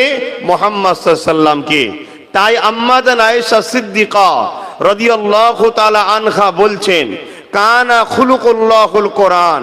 এ বিশ্বের মানুষ, তোমরা যদি কোরআন বুঝতে চাও মুহাম্মদ রসুলকে বোঝো, কেন মুহাম্মদ রসুলের পুরো লাইফ স্টাইলটাই হলো কোরআন। জোরে বলুন সুবহানাল্লাহ। তার মানে মুহাম্মদ রসুল যা কিছু করেছে হুবাহুব কোরআনের প্র্যাকটিক্যাল। জোরে বলুন সুবহানাল্লাহ। আমার কথা একমত হতে পারছেন তো? একমত তো নাকি? তাহলে চলে আসুন, আমি একটা প্রশ্ন জিজ্ঞেস করে এই জায়গায় চলে গেলাম, কি যে আল্লাহ আপনার দাসত্বটা কি, তাই তো নাকি? পৃথিবীর বুকে সব থেকে দামি সম্মানীয় ব্যক্তি কে আল্লাহর কাছে? কেন? এক কথাই বুঝে নিন, পৃথিবীতে কার কত টাকা আছে, কে কত বড় পদের, ওটা আল্লাহর কাছে চলে না। আল্লাহর কাছে চলে যে যত বেশি আল্লাহর দাসত্ব করে আল্লাহর দরবারে সে তত আল্লাহর কাছে বেশি সম্মানীয় প্রিয়। জোরে বলুন সুবহানাল্লাহ। তাই 1 লক্ষ মতান্তর 2,24,000 নবী রসুল ফেরেশতা মানুষ জিন যা আছে, মুহাম্মদ সাল্লাল্লাহু আলাইহি ওয়াসাল্লামের মতো আল্লাহর দাসত্ব পৃথিবীতে দ্বিতীয় কেউ করতে পারেনি। তাই মুহাম্মদ রসুল আল্লাহর কাছে সব থেকে বেশি প্রিয়। জোরে বলুন সুবহানাল্লাহ। তাই আমার আল্লাহ কোরআনের মধ্যে এবার জানাচ্ছে আল্লাহর দাসত্বটা কি, সেই উত্তরটা বললেন। আল্লাহ পাক জানাচ্ছেন, মা আতাকুমুর রাসূল ফাখুযুহু ওয়া মা নাহাকুম আনহু ফান্তাহু। এ বিশ্বের মানুষ, তোদেরকে চোখ দিয়েছি আমি, কান দিয়েছি আমি, হাত দিয়েছি আমি, পা দিয়েছি আমি, কিডনি দিয়েছি আমি, করোনার সময় ফ্রিতে নিঃশ্বাস দিয়ে বাঁচিয়ে রেখেছি আমি, 50 বছর ফ্রিতে নিঃশ্বাস দিচ্ছি আমি, সুস্থ রেখেছি আমি, দাঁত দিয়েছি আমি, ফল মূল খাবার আমি তৈরি করি, তোরা খাস। সব আমার, এ জমিন আমার, আসমান আমার, হাওয়া আমার, তুফান আমার, পানি আমার। বান্দা 1 মাস না খেয়ে বেঁচে থাকতে পারবি, কিন্তু পানি ছাড়া তুই কিছুক্ষণ বেঁচে থাকতে পারবি না। ওই পানিটাও কিন্তু আমি আল্লাহ আমার। তোদেরকে আমি একটাই কথা বলে দিই, শোন, সবকিছু ফ্রি দিয়েছি, কিন্তু আমার দিদার আর জান্নাতটা ফ্রি নয়, বিনিময়ে 2টো জিনিস দিতে হবে। আল্লাহ তুমি তো কারো মুখাপেক্ষী নয়, কি নেবে? এ বান্দা আমার জন্য নয়, তোকে শিক্ষা দিচ্ছি, ফ্রিতে কোনো জিনিস দিলে তোরা গুরুত্ব দিস না, তোরা নিজেরাই বোঝ। কিন্তু যে 2টো জিনিস আমি দেবো, ওই 2টো জিনিস পাওয়ার জন্য আমি যা দিয়েছি সেগুলো কি আমার রাস্তায় খরচ করতে হবে, জান ও মাল। তার বিনিময়ে লিবি জান্নাত ও আমার দিদার। জোরে বলুন সুবহানাল্লাহ। আল্লাহ তোমার দাসত্ব করব কি করে? আল্লাহ বলছে তোদের ঘরে বলে দি চোখ মুজে কোনো সন্দেহ না রেখে আমার দোস্ত মোহাম্মদ রসুলকে ফলো কর। তিনি যা আদেশ করেছে মেনে লে, যা নিষেধ করেছে ছেড়ে দে। কিছু বুঝতে পারলেন? লাইফে যা আদেশ করেছে তুই মান, যা নিষেধ করেছে ছেড়ে দে। তোর প্রত্যেকটা কদম আমার রসুলকে ফলো করতে হবে, প্রত্যেকটা নিঃশ্বাস আমার রসুলকে ফলো করতে হবে, প্রত্যেকটা কাজ আমার রসুলকে ফলো করতে হবে, প্রত্যেকটা কথা আমার রসুলকে ফলো করতে হবে, প্রত্যেকটা রুকু সেজদা জাকাত ফিতরা যা কিছু করবি আমার রসুলের থেকে বাড়লেও বাদ কমলেও বাদ। নবী যা আদেশ করেছে মান, যা নিষেধ করেছে ছাড়। তাহলে আমাদের জন্য মডেল কে বলুন একটু? আমাদের একমাত্র মডেল কে? তাই তো আল্লাহ কোরআনে জানাচ্ছেন লাকাদ কানা লাকুম ফি রাসূলিল্লাহি বলুন উসওয়াতুন হাসানা। উসওয়াতুন মানে কি? মডেল। উসওয়াতুন মানে মডেল। তাহলে আস্তে আস্তে এবারে বুঝে আসলো আল্লাহর দাসত্ব করে আল্লাহর জান্নাতে কারা কারা যেতে চান একটু হাত তুলে দেখাবেন। যা এটা সত্য না মিথ্যা? হাত তুললেই যদি জান্নাত পাওয়া যেত তাহলে আমি দু হাত তুলে দিই না, পেয়ে যাবো তো? না, এর সাথে সাথে আমাকে কি করতে হবে বলুন? কি করতে হবে বলবেন তো? নবীর আদেশকে মানতে হবে আর নবীর নিষেধকে ছাড়তে হবে। কটা আদেশ মানবেন আর কটা আদেশ ছাড়বেন? ভাই জলসা করার শখ মিটে গেছে ভাই। আপনারা যদি বিরক্ত হন পরের বছর দাওয়াত দেবেন না, আমার অসুবিধা নেই। ওই হই হই করতে চলে যে লাভ নেই, কথা বুঝুন আগে। বলুন কটা আদেশ মানবেন আর কটা আদেশ ছাড়বেন? যা আদেশ মা আতাকুমুর রাসূলু ফাখুযুহু ওয়া মা নাহাকুম আনহু ফান্তাহু। আপনি হাফেজ সাহেব আছে তো কোরআন শরীফে? কোরআন তো মানবেন না কি রে বাবা? যা আদেশ করেছে মানো, যা, আর যা নিষেধ করেছে ছেড়ে দাও। বলুন নবীর আদেশ আমরা মানি, নবীর নিষেধ আমরা ছাড়ি? বুকে হাত দিয়ে বলুন আমরা নবীর আদেশ মানি, নবীর নিষেধ ছাড়ি। তাহলে যত কবর দিচ্ছি আমরা এসব কোথায় যাচ্ছে? ব্যাস অশেষ তো। এই যে এত কবর দিচ্ছি আমরা রোজ জানাজা করে আর করে, কোথায় যাচ্ছে সব? আল্লাহ ভালো জানে। আল্লাহ ভালো জানবে না তো কে ভালো জানে? কিন্তু আল্লাহ যেটা জানে যে সেই জানানোতে বলো কোথায় যাচ্ছে? যদি খুঁড়িয়ে দিবার দেখানোর নিয়ম থাকতো, লাখে একটা পার হচ্ছে 9,99,99,999 জনের কবরে আযাব হচ্ছে। যদি বলেন আপনি কি বলছেন? হ্যাঁ, কেন কোরআন মিথ্যা নয় বাপ, কোরআন মিথ্যা নয়। কিন্তু তারপরও আমরা যেভাবে জিন্দেগি কাটাচ্ছি যেন মনে হচ্ছে কোনো ব্যাপারই নয়। আমাদের যেন কেউ বলে দিয়েছে তোর চিন্তা নেই, তোর চিন্তা নেই। এই শবে বারাতটা গেল, কারা কারা বোম ফাটিয়েছেন? কারা কারা কারা কারা সব মোমবাতি কবরের উপরে গোল করে দিয়েছেন? এসব হয় না, হয় না? হ্যাঁ, লাইট লাগাতে হয় বা আলোর জন্য উদ্দেশ্য কোনো জায়গায় বাতি দিলেন, আগে লাইট ছিল না, মোমবাতি দিতাম, তো লাইট হয়ে গেছে, এখন মোমবাতি বাদ দেবেন কেন? লাইট দেন যাতে করে বাপের কবরটা, মায়ের কবরটা বা আল্লাহর অলির কবরটা বা পাড়া প্রতিবেশী একবার কবর জিয়ারত করবে, যাবে একটু মোরদাদের রুহের মাগফিরাতের জন্য আল্লাহর কাছে দোয়া চাইবে, বা নিজেও কবর দেখলে মনে পড়বে আর এখানে শুতে হবে, একটু ভয় লাগবে, সেটা আলাদা কথা। কি করছি আমরা? পৃথিবীর বুকে বুকে হাত দিয়ে বলুন ইসলামের সবথেকে বড় দুশ্মন এখন কারা? হ্যাঁ, আপনাদের মহল্লায় আজান হচ্ছে? আপনাদের মহল্লায়? আচ্ছা আচ্ছা, আজানটা হয়ে যাক, কারণ 5টা পর্যন্ত হবে, কমিটির সঙ্গে আলোচনা হয়েছে, 5টার পর নামাজ হবে। দুটো মসজিদ আছে নাকি?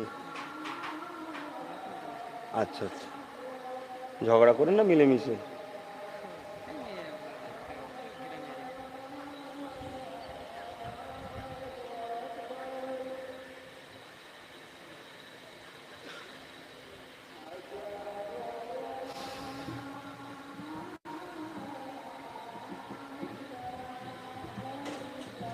কি নিয়ে এসছে? হ্যাঁ?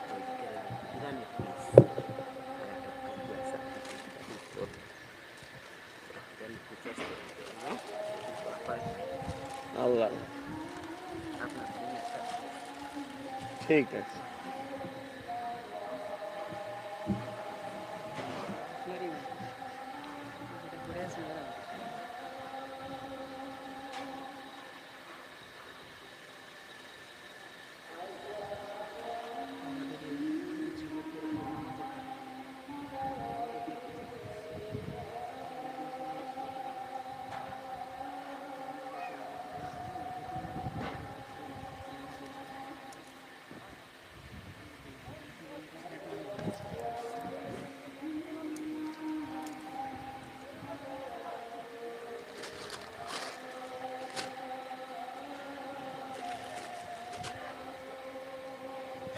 সাল্লাল্লাহু আলাইহি ওয়াসাল্লাম।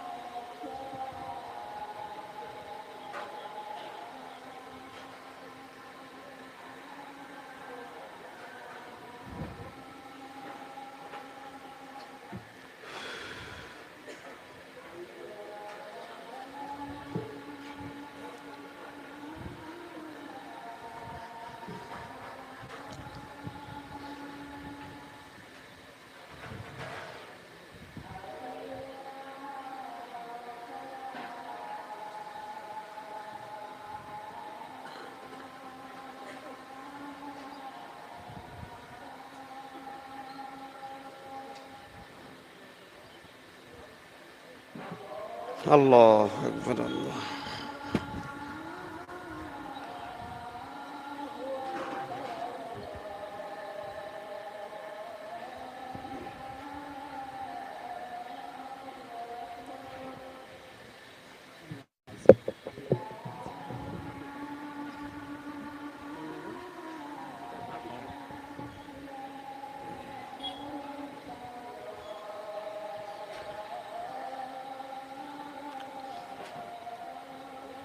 আল্লাহুম্মা রাব্বানা জিদ।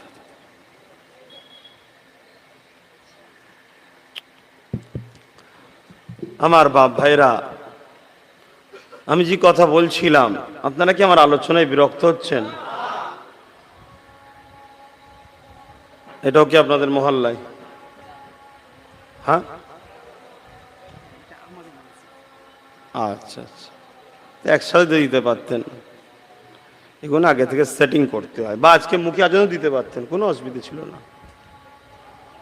ঠিক আছে, হয়ে যাক আজানটা।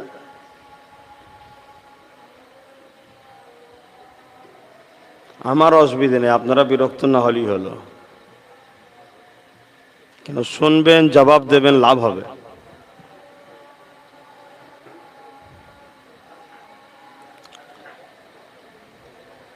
শুধু আল্লাহ ইলাহা ইল্লাল্লাহ, লা হাওলা।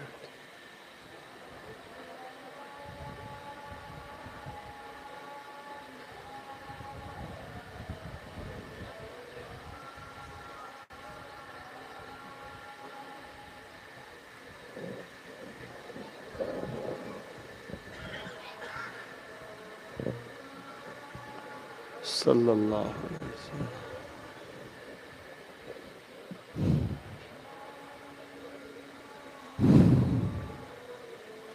সাল্লাল্লাহু আলাইহি ওয়াসাল্লাম।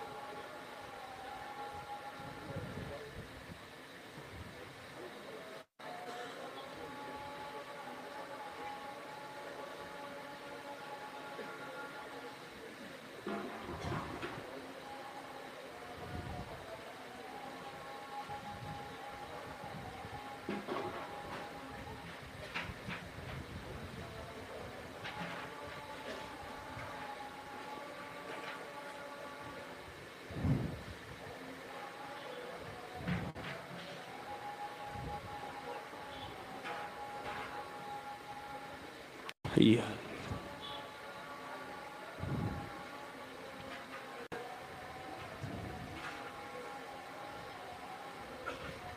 আল্লাহ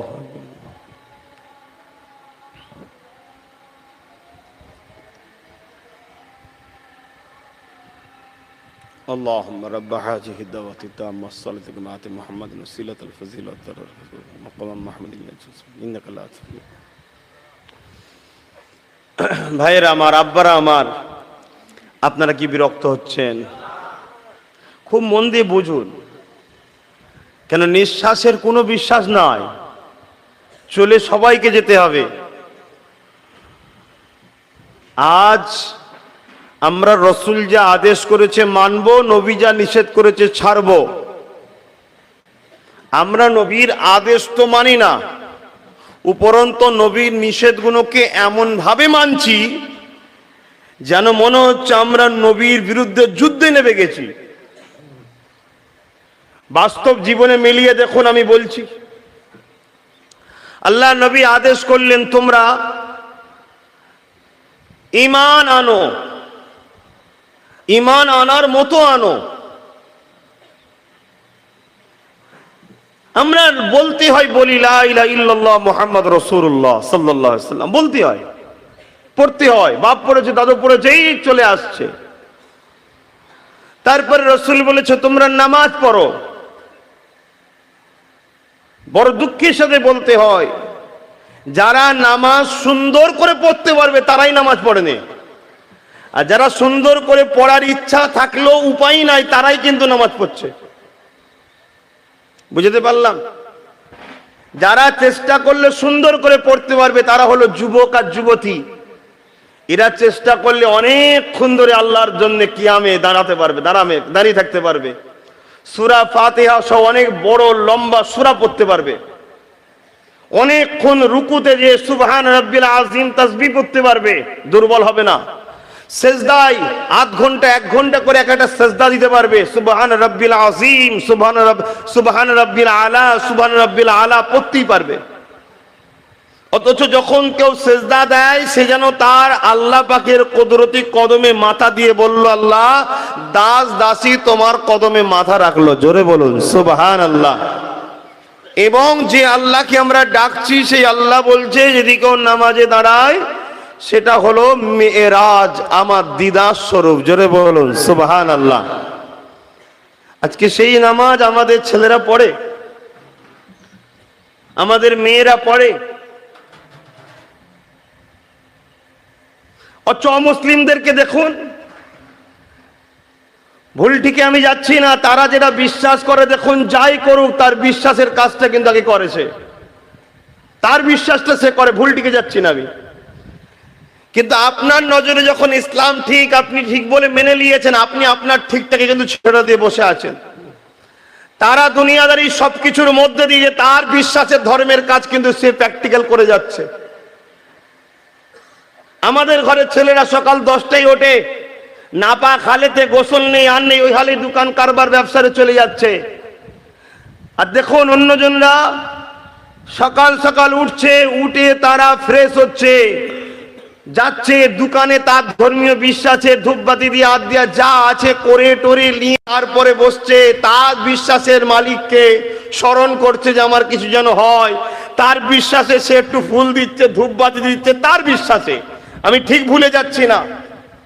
আমার বিশ্বাস ফজরের নামাজের পরে যে উঠে সেজদা দিয়ে বলে, আল্লাহ আজকে সারা দিনটা যেন ভালো কিছু হয় আমার আল্লাহ তাকে তার রেজেককে তার দোর পর্যন্ত টেনে টেনে নিয়ে এসে দেয়। জোরে বলুন সুবহানাল্লাহ। আমরা ছেড়ে দিয়ে বসে আছি। বড় আফসোস আমার ভাইরা। আর আমরা বলছি যে আমরা আল্লাহ মানি, রসুল মানি। মানা এটা নয়, মানা এটা। তারপরে চলে শুন রোজাই, সামনে রোজার মাস আসছে, রোজা রাখে ছেলেরা।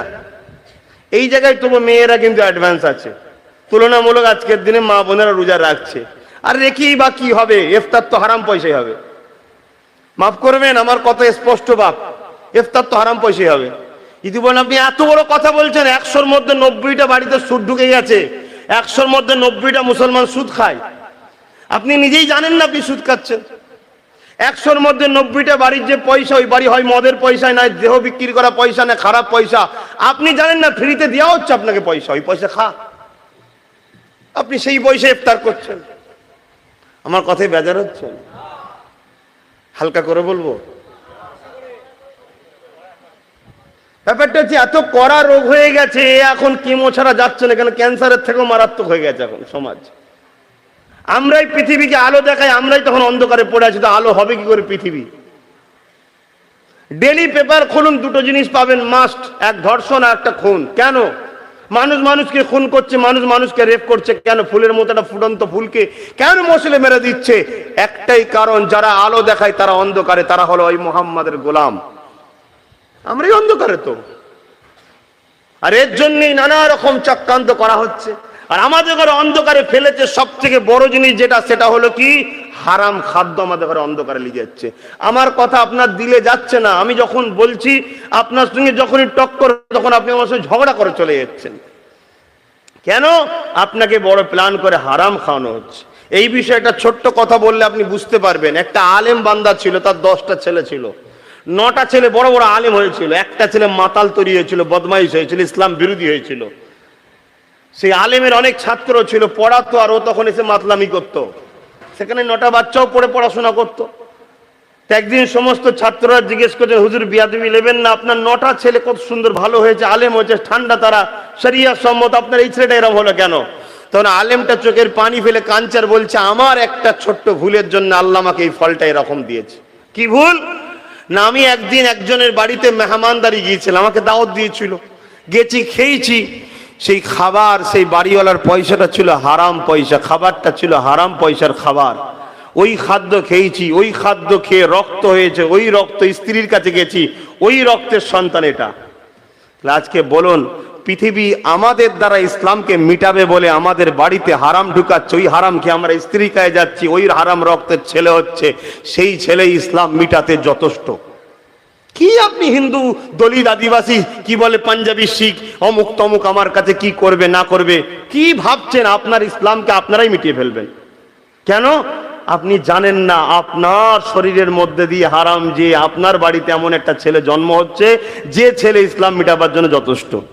এটা পরিকল্পনা, নাটক, ড্রামা তৈরি হয়েছে একটা। তাহলে এই জায়গায় আমাদের সর্বপ্রথম জবানকে ঠিক করতে হবে, খাদ্যটা ঠিক করতে হবে। আর এই খাদ্য ঠিক করা একটা বড় কাজ। আজ বড় দুঃখের বিষয়, আমার আজ মনে হচ্ছে আপনাদের অনেকে পছন্দ হচ্ছে না, এদিক ওদিক করছেন না, মন খারাপ হয়ে গেল। তাহলে আপনার যদি ইসলামকে বাঁচাতে চান, সজাগ হতে হবে তো নাকি? ভুল তো মানুষের হয় রে বাবা, ভুল হয়েছে বলেই তো আমি ধরাতে এসেছি। এই ভুলটাকে জেনে নেবার পর এবারে সতর্ক হতে হবে যে না বাবা, হারাম পয়সায় কি না বুঝাবার জন্য বলছি, হারাম পয়সায় দরকার নেই বাবা, ফেলে দে, মিটে গেল। গোনা হয়েছে, আল্লাহ করে ফেলেছিলাম, মাফ করে দাও। এই খাদ্য যদি হারাম ঢুকে যায়, কি করে বার করবেন? আমি কি বুঝাচ্ছি বুঝতে পারছেন? আজকে তো আমাদের ঘরে খাবারে হারাম ঢুকিয়ে দেওয়া হচ্ছে বড় প্ল্যান করে। তবে হ্যাঁ, এর একটা বাঁচার জায়গা আছে, সেটা থেকেও আমরা অনেক দূর সরে গেছি। সেটা হচ্ছে কি? হাক্কানি আল্লাহ ওয়ালার কাছে বায়াত হয়ে ইলমে মারেফাতের শিক্ষা অর্জন করা। কথা বুঝে আসছে? তাহলে যদিও অসতর্কে হারাম ঢুকে যায়, অসতর্কে, ইচ্ছা করে নয়, ওই অলির ফয়েজ ও জেকেরের ওসিলায় আল্লাহ পাক ভেতরটাকে পবিত্র করে দেয়। জোরে বলুন সুবহানাল্লাহ। বলুন, এই পীর মুরিদি বা বায়াত, এটা কি আর আছে? দাদা হুজুর পীর কেবলা যে শিক্ষা দিয়েছিলেন ইলমে মারেফাতের, আর আছে? আপনার ফুরফুরাই শরীফে যান, কখনো বায়াত হব কোনো অলির দরবারে গিয়ে, এই স্বপ্ন কখনো দেখেছেন? যান আপনারা দুটো কারণে। একটা কারণ, হুজুরদের গাড়ি বাড়ি কি হয়েছে, কত ঝেড়েছে, একটু দেখবো চ। আর একটা দেখতে যান কাকে দাওয়াত করলে লোক বেশি হবে, তাকে দাওয়াতটা করে লিয়াই।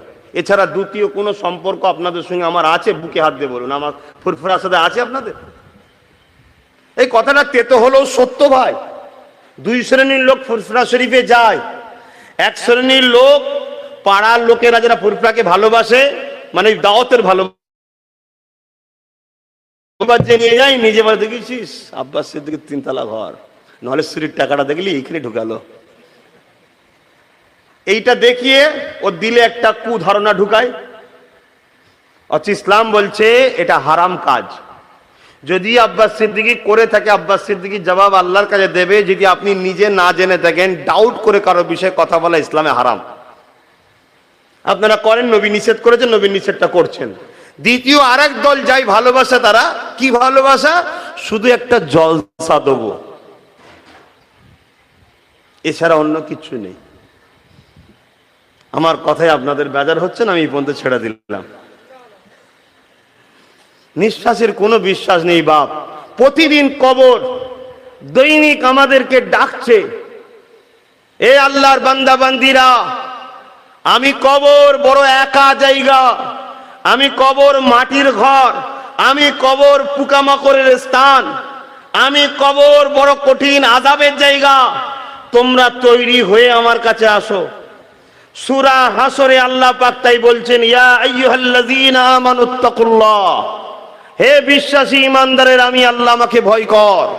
ওয়াল তানজুরু নাফসুম মা কদ্দামাত লিগাদ, প্রত্যেকটা ব্যক্তির নফসের উচিত সে তার আখিরাতের জন্য ভাবা। আখিরাতের প্রথম মঞ্জিল হলো কবর। কোন দেশ যখন পার হবেন, বর্ডারের প্রথম জায়গায় যদি আপনি কামিয়াব হতে পারেন, বাকি জায়গা কিন্তু অনেক সহজ হয়। মাধ্যমিকে যদি পাস করতে পারেন, বাকি জায়গা কোনো অনেক সহজ হয়। কেন? মাধ্যমিকে অভিজ্ঞতা কম, প্রথম পরীক্ষা, টেনশন, অনেক কিছু ব্রেনে কাজ করবে। এখানে যদি পাস হয়ে যেতে পারেন, বাকি জায়গা কিন্তু ইজি হয়ে যায়। তাই কবরে যে পাস করে, বাকি জায়গা আল্লাহ দয়াতে পার হয়ে যায়। জোরে বলুন সুবহানাল্লাহ। আরেকটা কথা শিক্ষা দিই, মনে পড়েছে তাই। আল্লাহ পাকের ফেরেশতারা আল্লাহ পাকের কাছে দৈনিক বান্দা বান্দির আমল দেখায়। একটা দেখানো হয় ফজরের, আর একটা দেখানো হয়, সবকিছু আমলগুলো যখন দেখানো হয়, আমার আল্লাহ ফজরেরটা দেখে আর শেষটা দেখে। প্রথম পৃষ্ঠা ফজর, শেষ পৃষ্ঠা হলো ঈশা। এই দুটো দেখে, বীজখানটা আর দেখে না। ফেরেশতা বলে বীজখানে অনেক কিছু আছে আল্লাহ। আমার আল্লাহ বলে শুরু আর শেষ যখন বান্দার ভালো, বাকি গুণকে চেপেই দে, পাপ করে দে। জোরে বলুন সুবহানাল্লাহ। আর আমরা এই দুটোতেই তো সবচেয়ে বড় গাফিল।